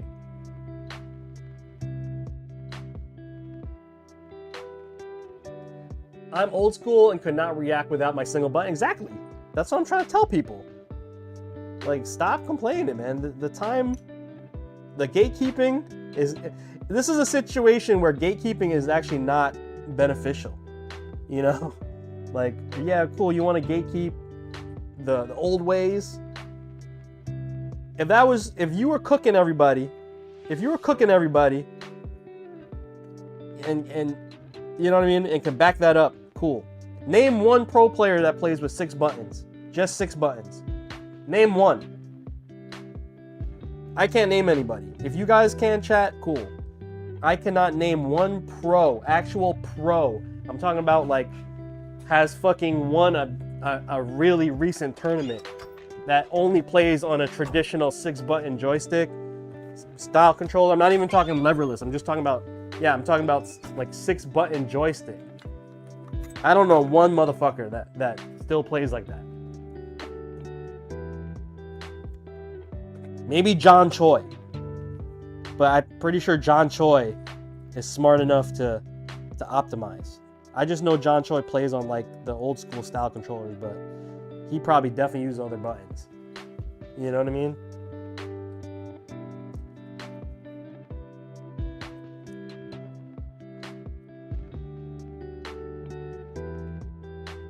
Eight action button layout is fine. Yeah. I mean, that was my whole point, Yusuf, with like trying to make my 6-god layouts and stuff, you know? Like, I try to make that a point to why you want to use an alternate layout, you know? For me, yeah, the 6-god stuff, that was one of the reasons why I did that. Like, there's a better way, you know? Shit, 6-god layout is actually, like, more in tune to, like, what OG players like. Because it's actually the older, like, Sega style controls.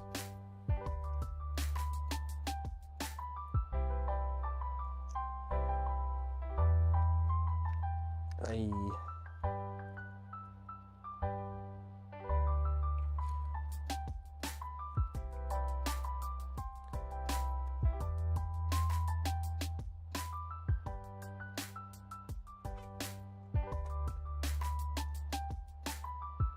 You're the best Xbox controller user in your neighborhood? Probably.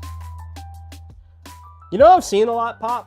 A lot of the pad players in my local area, they are 100% Xbox pad users. Like, they rather play on the Xbox pad than PlayStation pad. So you ain't alone, man. You think, like, you're not an anomaly. Who's our boy? Ending Walker. Ending Walker from the UK.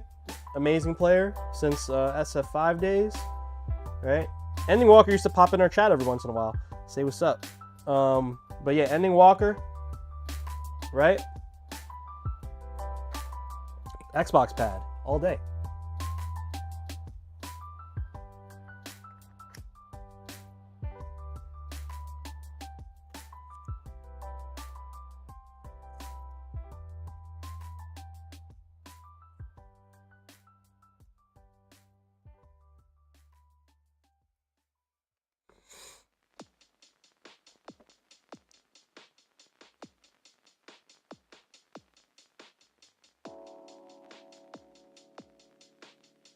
When I was chatting with Ending Walker like in the early days, he always used to ask me, because like this is when he was really young and didn't even go to events yet. He used to ask me about like the Brook converters and whatnot, and I used to tell him like, "Yo, Ending, like you're gonna feel a fucking big lag." And this is Street Fighter 5, right? I was like, "It's gonna be laggy as fuck." I'm like, first of all, because he plays on PC on with Xbox controller, right? Which is like perfect, right? That's like an optimal setup for PC. I told Ending Walker, I was like, bro, like and he went to like versus fighting in the UK. I was like, yo, just be ready for the lag. And he came back. He said it was like manageable, but he could feel it. You know, I told him, yo, be ready. Be ready.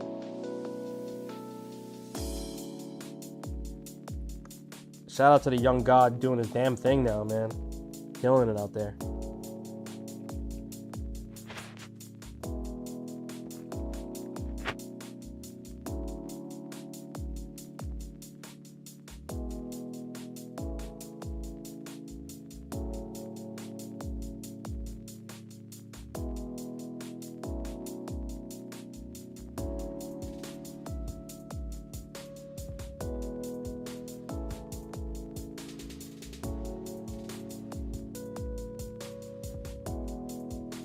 I actually prefer the feel of the Xbox pad myself.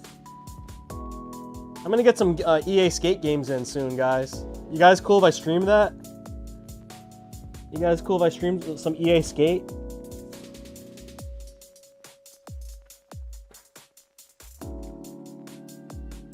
Okay. Let's put these on.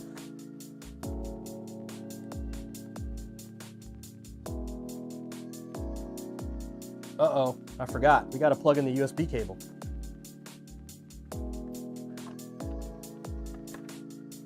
That was super derpy. Forgot about...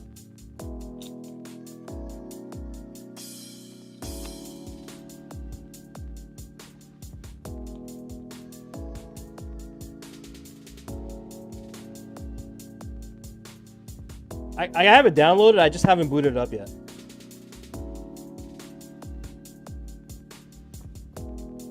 And I heard I might not be happy about it as an OG Skate player. Have you guys tried it yet? Anybody used to play EA Skate back in the day? Tried the new game yet? I heard it's way different. It's like a lot of things are missing. But it's also in beta, I heard too, right? So people are like kind of complaining for no reason. But I heard a lot of bad things about it already.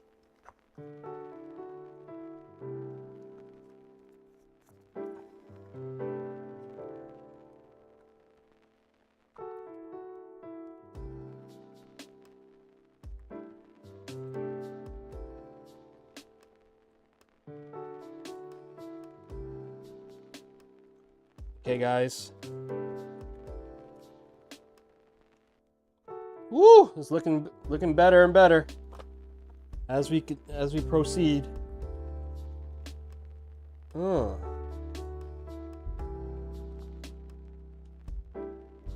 Yeah, I heard it's like people saying it looks like Fortnite. I'm like, word? They made the game look like Fortnite? I guess they're trying to capture a certain like younger audience, maybe.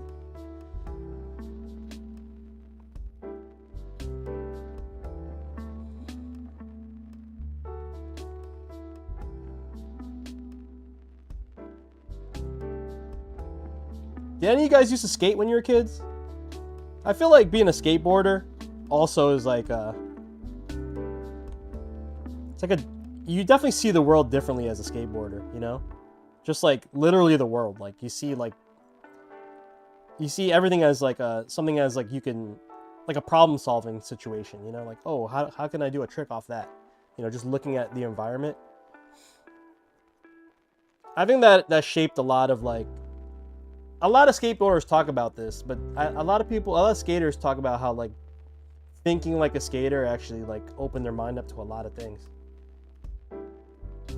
Was I good? I mean, listen, I was all right. I wasn't like pro good, but you know, I used to get busy, you know, like people knew I used to be able to throw it down, but I don't think I would have ever made it to the pros on that level. But like, I'm just grateful for skateboard culture. A lot of people don't realize how big skateboard culture influenced other things.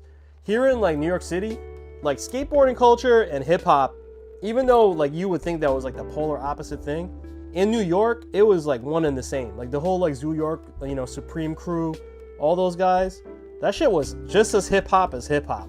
All those guys were at all the hip hop shows. They listened to the same records. A lot of them were DJs and whatnot. You know what I mean? It was just like one and the same. And obviously New York hip hop culture in the 90s like transformed the whole damn world. So I'm talking about dress, you know? Look at one of the illest brands that a lot of people wear, Supreme, right? People wear Supreme like it's on some, because it is, but it's really founded as a skateboard company, but people wear it on some fashion shit, you know?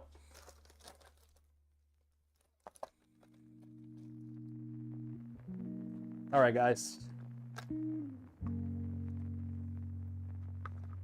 Let's get to one of the last steps. Check this out. Look at this foam. Woo, we got Rengoku and Akaza. Beautiful foam.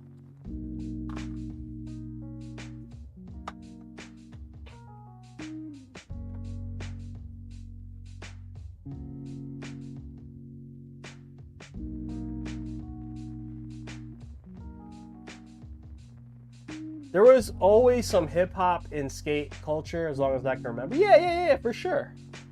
I mean, like I said, like all of the New York City or a lot of the East Coast based skate teams, you know, Philly, New York, Sub-Zero, that skate shop Sub-Zero, like it was hip hop.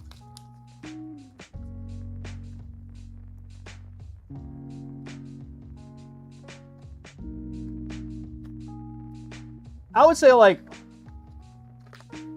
maybe like Cali more punk rock, or like, you know, just more like other things, but like New York it was like very, very hip hop, you know. Skate culture was hip hop. Even if that wasn't like, it was just part of the environment, you know. Like people be skating like Union Square, boombox playing, you know.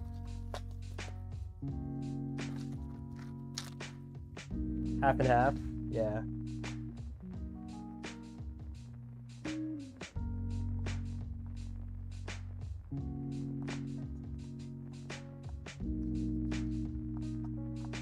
You know who's really killing it in skateboarding, bro? Japan.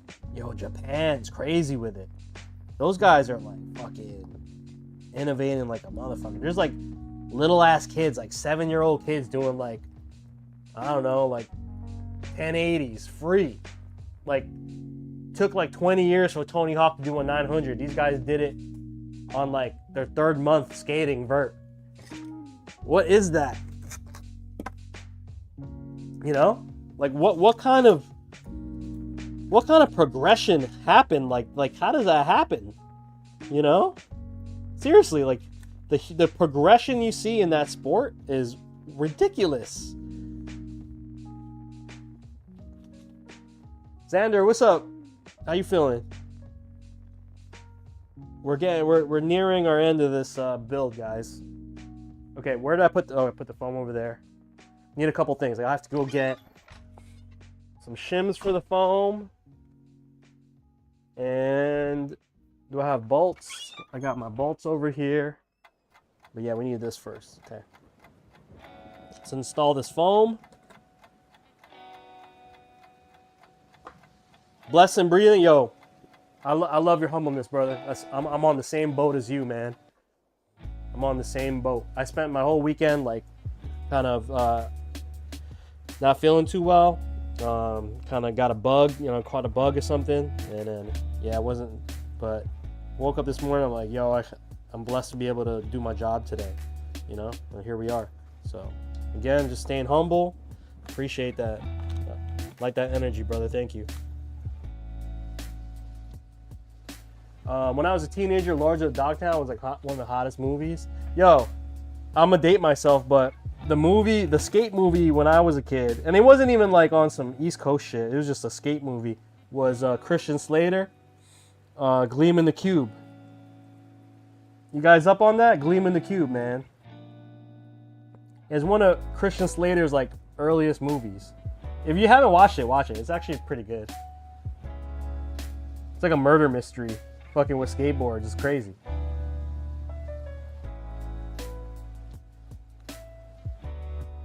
Yeah, that was everything. If you were an OG like me, that was your movie, man. Shit, I got it on VHS. That's how much. And it's not even a real VHS. I got a bootleg that I recorded off HBO or some shit.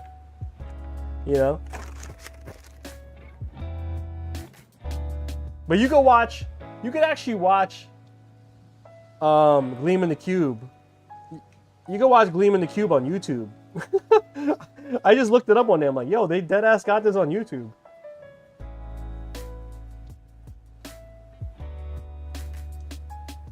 Grind is your main skate movie? Honestly, I don't remember watching that. Grind. I'm not sure. It's all good, man. Yeah, I'm definitely getting old, man.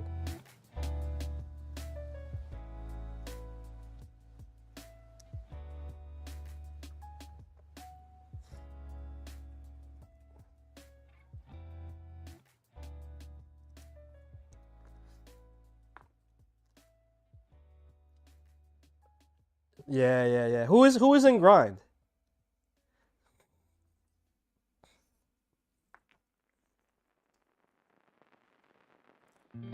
You stopped understanding younger generation.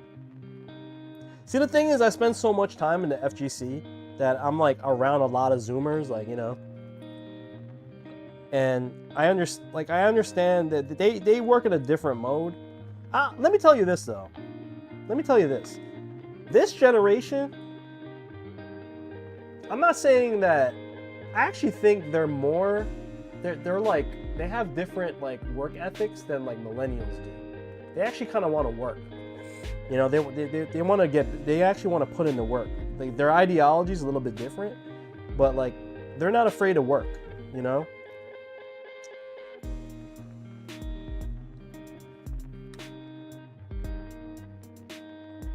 2, 3.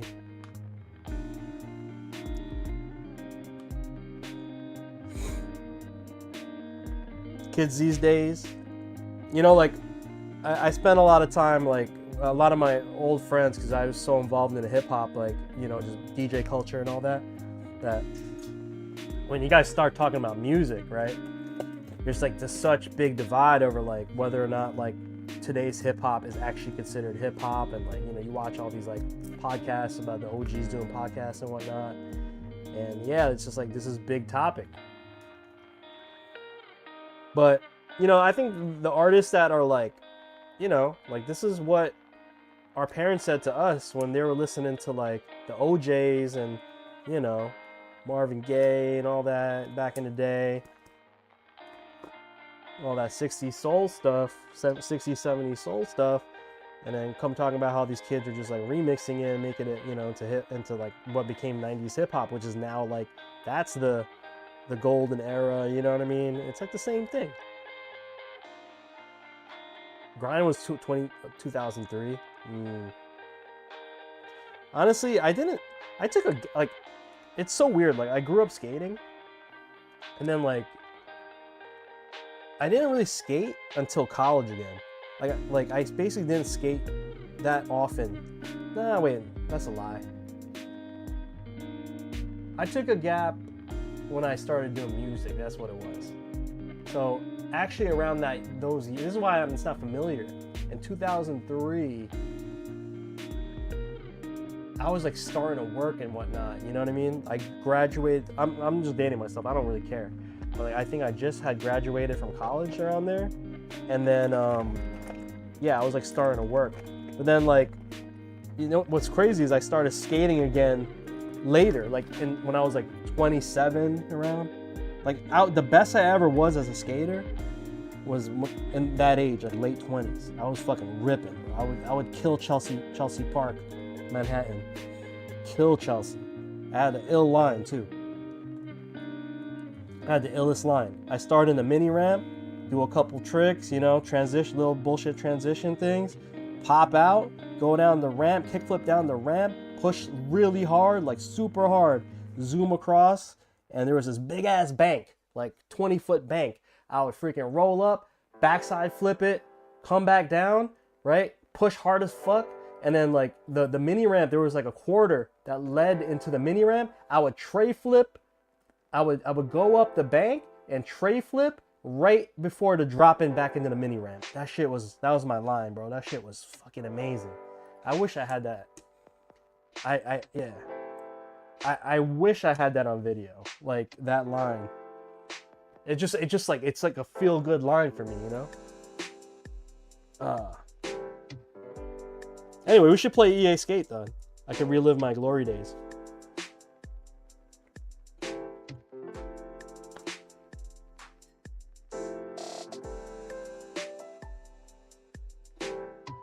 Okay, guys. I'm pretty sure I wired this up properly. I'm not gonna gas myself like I did last time and say I did everything perfect, but should be good. We should be good, guys. All right, got that going. It feels great. Like it's nice and secure. Okay, let's get our feet.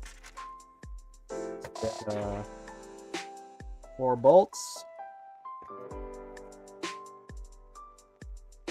Dude, I love Tony Hawk Pro Skater IRL because it felt good when I was able to grind and rail, land a kickflip.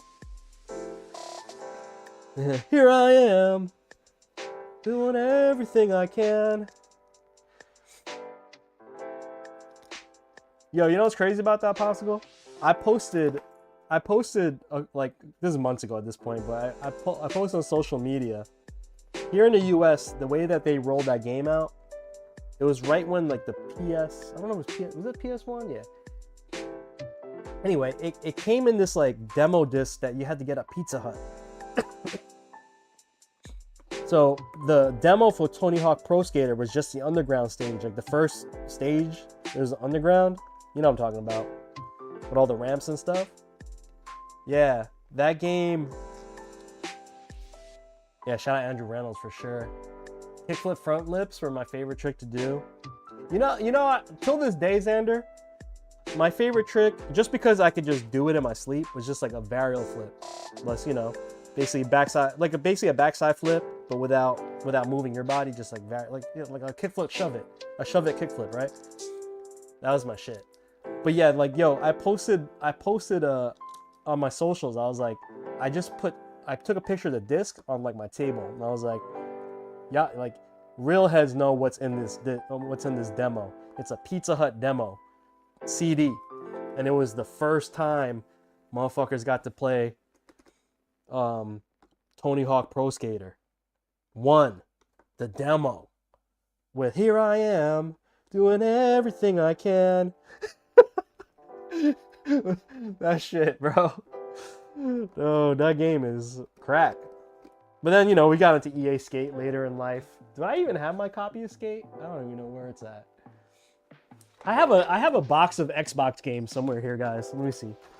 Let me raid my cabs. I hate to tell you this, guys. Owning an arcade cabinet, at least like, if you're not like collecting motherboards like PCBs and stuff, owning these things is such a pain in the ass. Nope, I don't have it. Damn. I'm trying to find my Xbox games. Let me see if I have it here. Oh, here it is. Yes.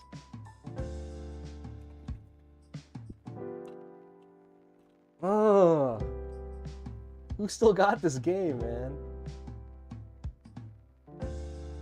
Yes. Real talk, man. I think I just want to boot up my Xbox just to play. The real game here. I think I have the old ones too, but they're on PlayStation. I used to play it on PlayStation because I was a PS guy back in those days.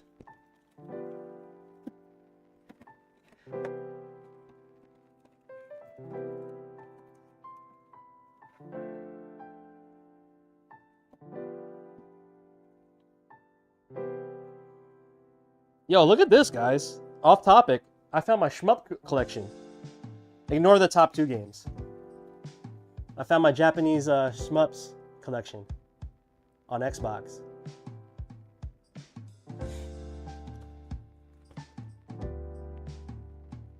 Look at this.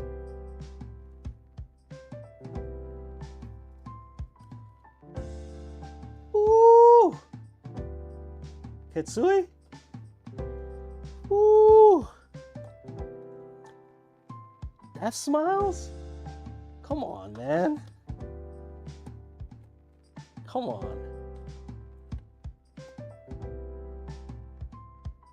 Espagaluda?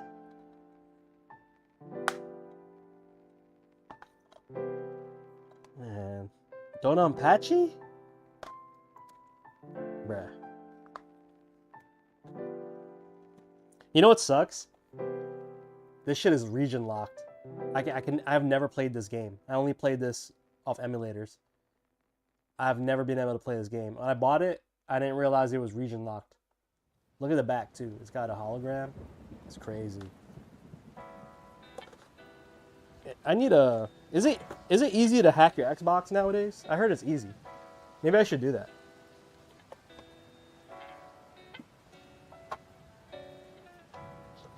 I got rid of all of them except this one.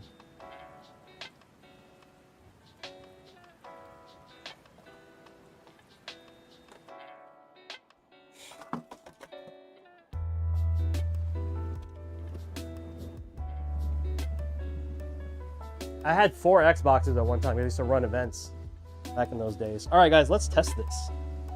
Let's test this. Yeah, we're gonna lock in a PlayStation mode right away.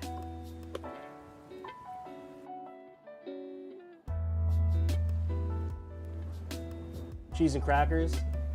I think I'm a little older than you, Xander, because my recollection of like all the old skate stuff is like 411 Video Mag, you know, like that era.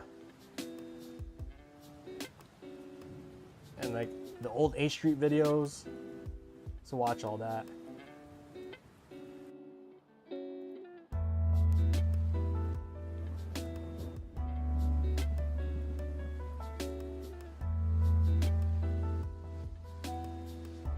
You guys are thinking probably same age.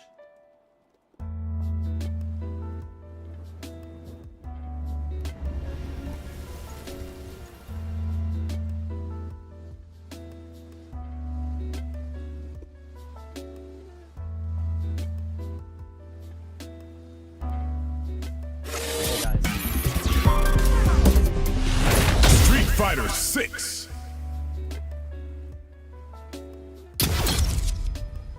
You're old. No, I got a decade on you, brother.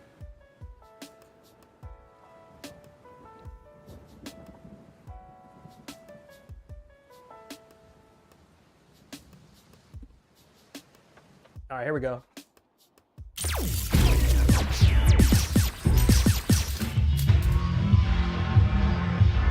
Fighting ground.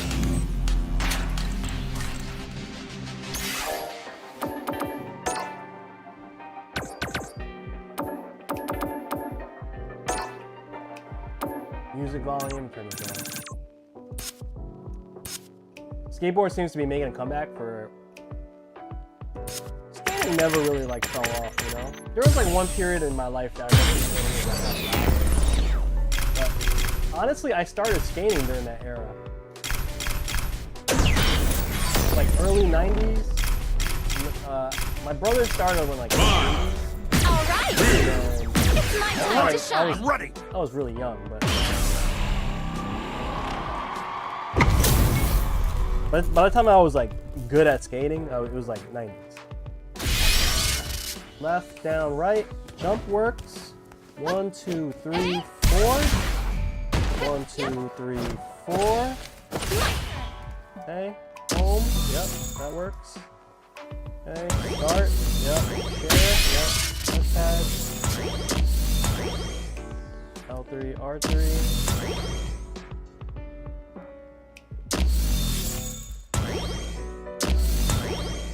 Okay.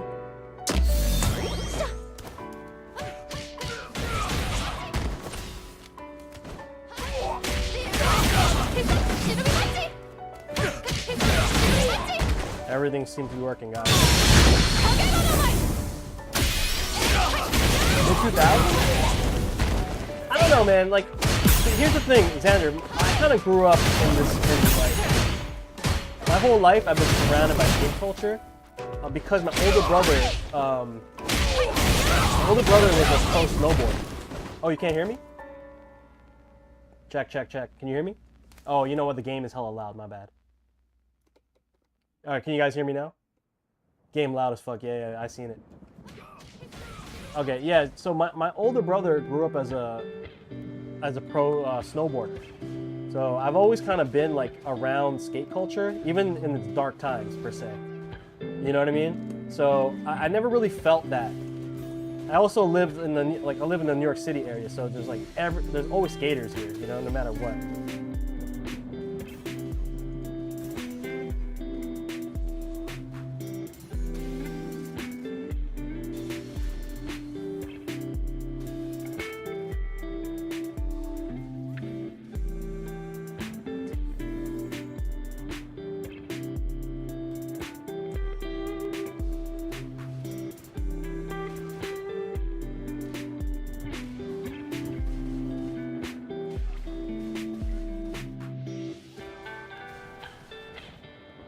This is not working.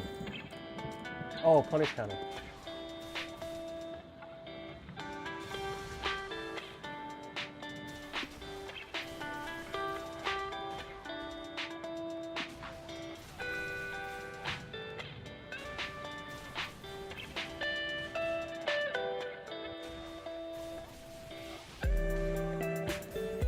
I'm trying to do this combo, guys. Wait, does that not work anymore?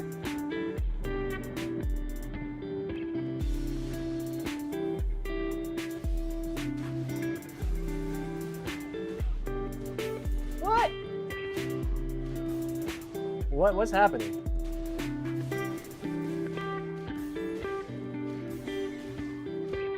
Okay.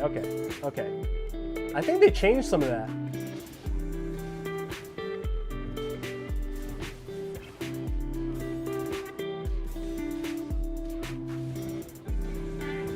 There we go. Actually, wait, that's wrong. That should be level 2 because I wasted the meter. Okay, that combo's not real. You can't do 70% damage like that, guys. For real. Just in case you're around a certain group doesn't mean it encompasses the whole community. Being Colorado was bullshit during those days. Any local from here would probably tell you the same. We had a bunch of dudes move here from Cali and just thrash the scene. Got you. Pretty sure around New York and LA, skateboard is probably still big. Yeah, that's what I'm talking about. It's like...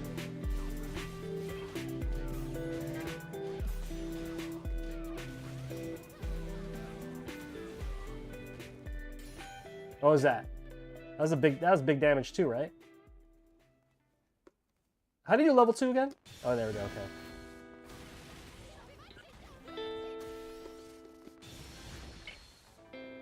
Can you believe you could get a jump in? You could get a jump in.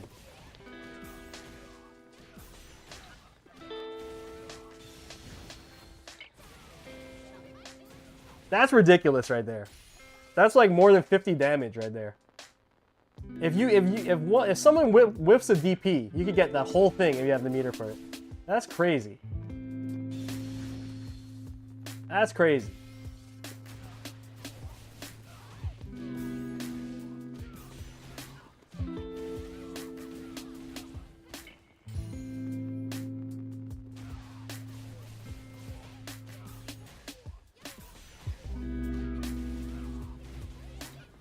Crazy. All right.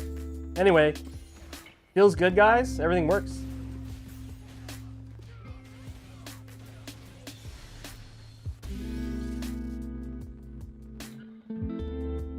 Everything's working, guys. Okay, let's turn the game off. I do have to test it on PlayStation, so I have to do that off stream. But we are done. We got her done. Woo! Yeah, buddy.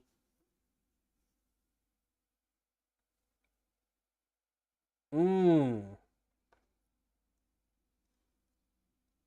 right. Let's do a quick breakdown. Hold on, I have to turn off all my everything here. Let me get rid of certain things that look ugly on the camera because I gotta do this for the tube, guys. My bad. Gotta do this for the YouTube. Push this over here. Probably edit that out. All right.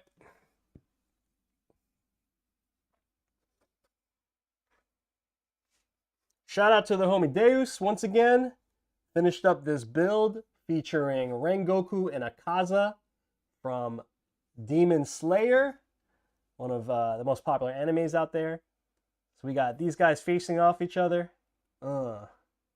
Rengoku on the left side, and we got Akaza on the right side. We have a sword dividing everything. Okay, action shots in the background. All right, I think this is pretty cool. I've never done a stick like with the opponents facing each other directly. I think it adds a lot of like tension in the piece, you know. It's like all the action's happening while you're slapping buttons here, you know, but there's drama happening on the left and right side. I think it's pretty cool. Okay, so then the buttons, as you guys already know, we have been using the Gravity KT buttons. Shout out to Arcade Shock. Shout out to Chamba for making this amazing button. If you guys don't know, you can rotate the caps to change the actuation points and get it to feel the way that you like. Okay. Right now we have them set to default. All right. So that's the top. Okay. Again, we have the voice activated LEDs. Okay. This side, similar scene. We have both the characters represented. You know, Rengoku one side, we got Akaza on the other side, and then we have the Japanese Demon Slayer logo there. All right. On the rear side, USB port side, again, similar scene. Akaza on this side, and then we have Rengoku on this side, staring each other down. If you guys look at the USB port, you see them, they're actually like facing each other again. So that theme is carried out throughout the whole piece. All right, what you guys think of that? Okay, and then, okay, one of my favorite parts is like, this is like a stare down on the side, all right? You got the eyes represented, kind of staring you down. And I chose to just put them on both sides because I thought it was so cool, you know, like, so we had to represent that on both sides. Okay, we also have our 3D printed corners. We did red, black, and blue to kind of represent red for Rengoku and then the blue for Akaza, right? Boom.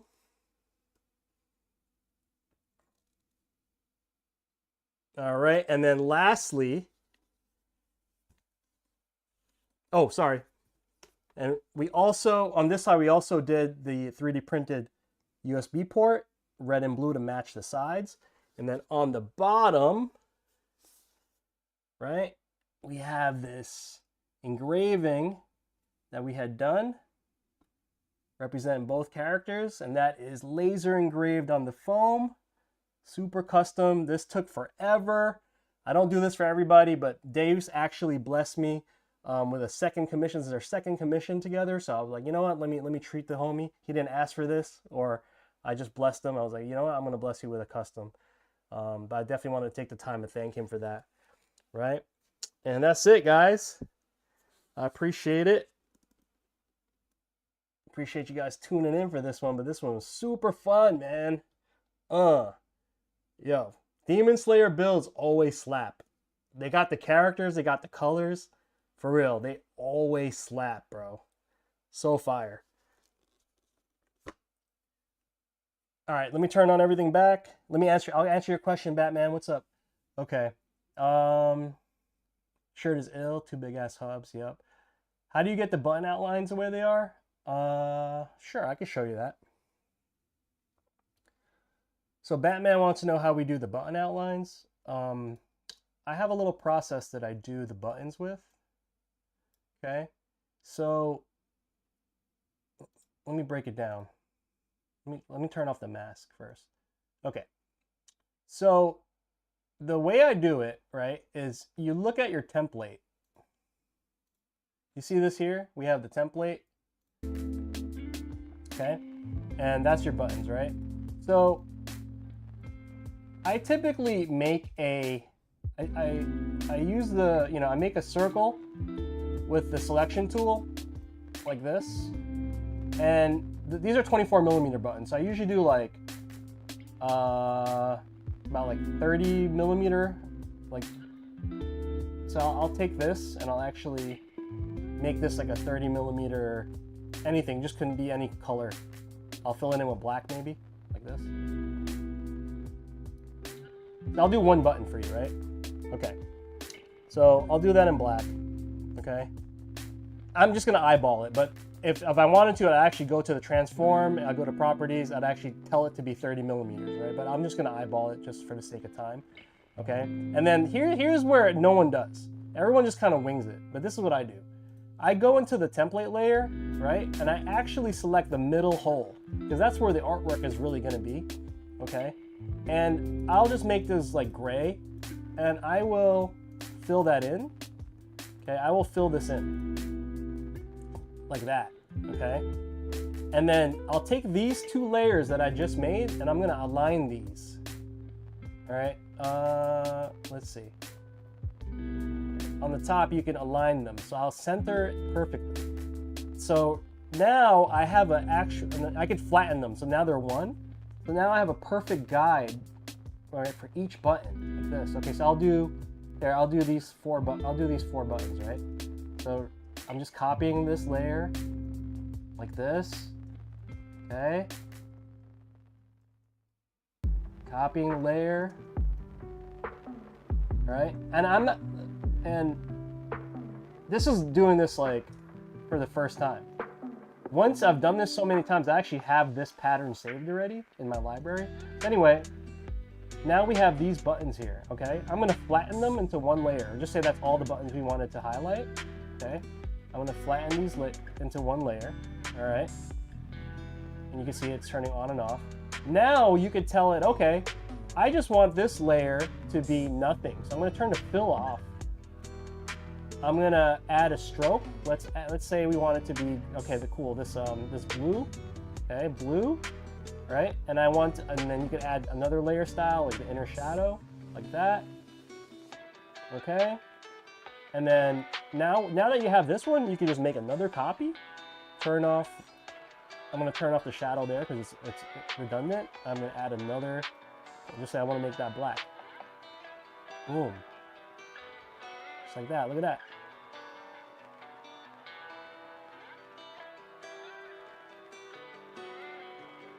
Just like that. Is the template the actual size of button? Yeah, man, it's gotta be precise, bro. Well, why wouldn't it be? Just making fucking sizes up? Nah. Come on, man.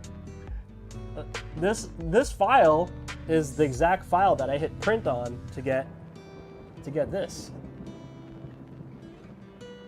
You know, when I hit print, it's dead ass this. Like, it has to be. Like, you know, like why would you not make things to perfect scale? And then you could add the button labels or whatnot. Can you do a full tutorial artwork right now? You should have you should have tuned into this stream. If you go to my YouTube channel, I did this whole thing on stream. This whole graphic on stream. So just watch that. You know what I mean? Every piece is gonna be different though. There isn't like a right way to do Fightstick graphics. You're not streaming for another 3 hours. Oh, I guess I am, huh, Pop? Yeah. All right, guys. But yeah, I'm gonna leave it at that.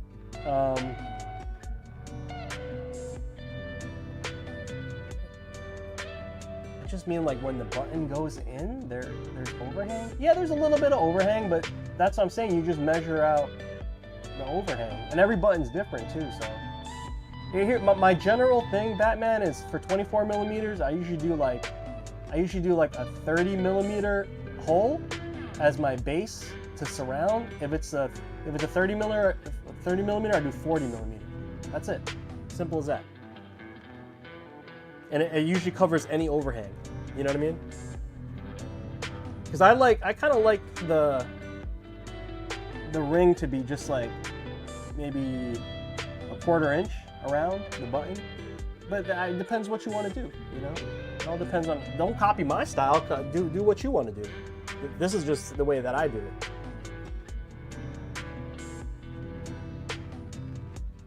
Oh, my bad. But what you guys think? The build is done. I'm gonna test this out on PlayStation while I have lunch. And I'm gonna go drop this off at the get this shipped out and drop it off.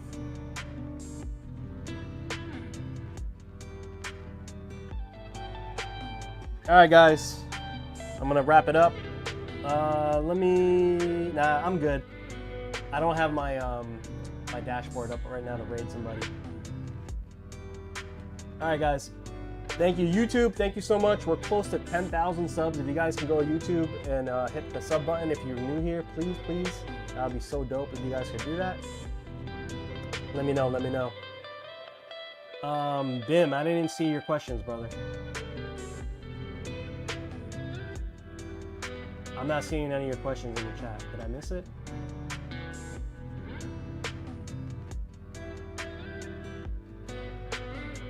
Oh wait, I saw you here.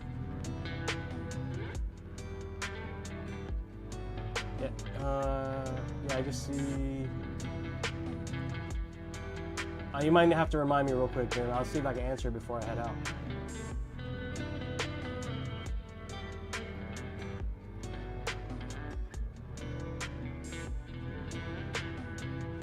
Waiting on you, bro. And then I'll head out. I'm just gonna answer this question for Bim in the chat before I head out. Do you only ever connect LEDs on GP? Yeah, I've done it on Brook. It's the same thing. But here's the thing about the Brook thing, though. You can't like add your own logos or anything like that. It's really easy, though. It's literally just connect the cables. You know, they show you where to connect it when you download the Brook guide. Matter of fact, the screen that I use, Bim, is made for Brook. It also works on GP2040. Sometimes you have to swap one of the wires. Sometimes you don't. And you have to like cut and resolder it to work on GP2040. But when you buy the kits from Arcade Shock, they make it for Brook. So you just buy the wire and the screen. Actually, it comes with the wire. You can get a longer wire if you need it to be in a separate location far from the board. And then yeah, you just wire it up, like literally connect it to the screen, you know, match the ground or whatever, match the points, and then you plug it into the board. Ain't no thing. There's nothing really to configure. On GP2040, you could configure a little bit more. Like you could tell what on the screen you want. You want the modes, you want SOCD, you want, you know, like D-pad mode or whatever. So it's up to you. But yeah, for the most part, yeah, man. For the most part, it's pretty similar. You just plug it in, plug and play. All right, I'm gonna head out, guys. I am starving, and I still have a little bit of work to do. I have to pack this up. I also have to take some photos and whatnot. All right. Other than that, you guys have a fantastic rest of the day.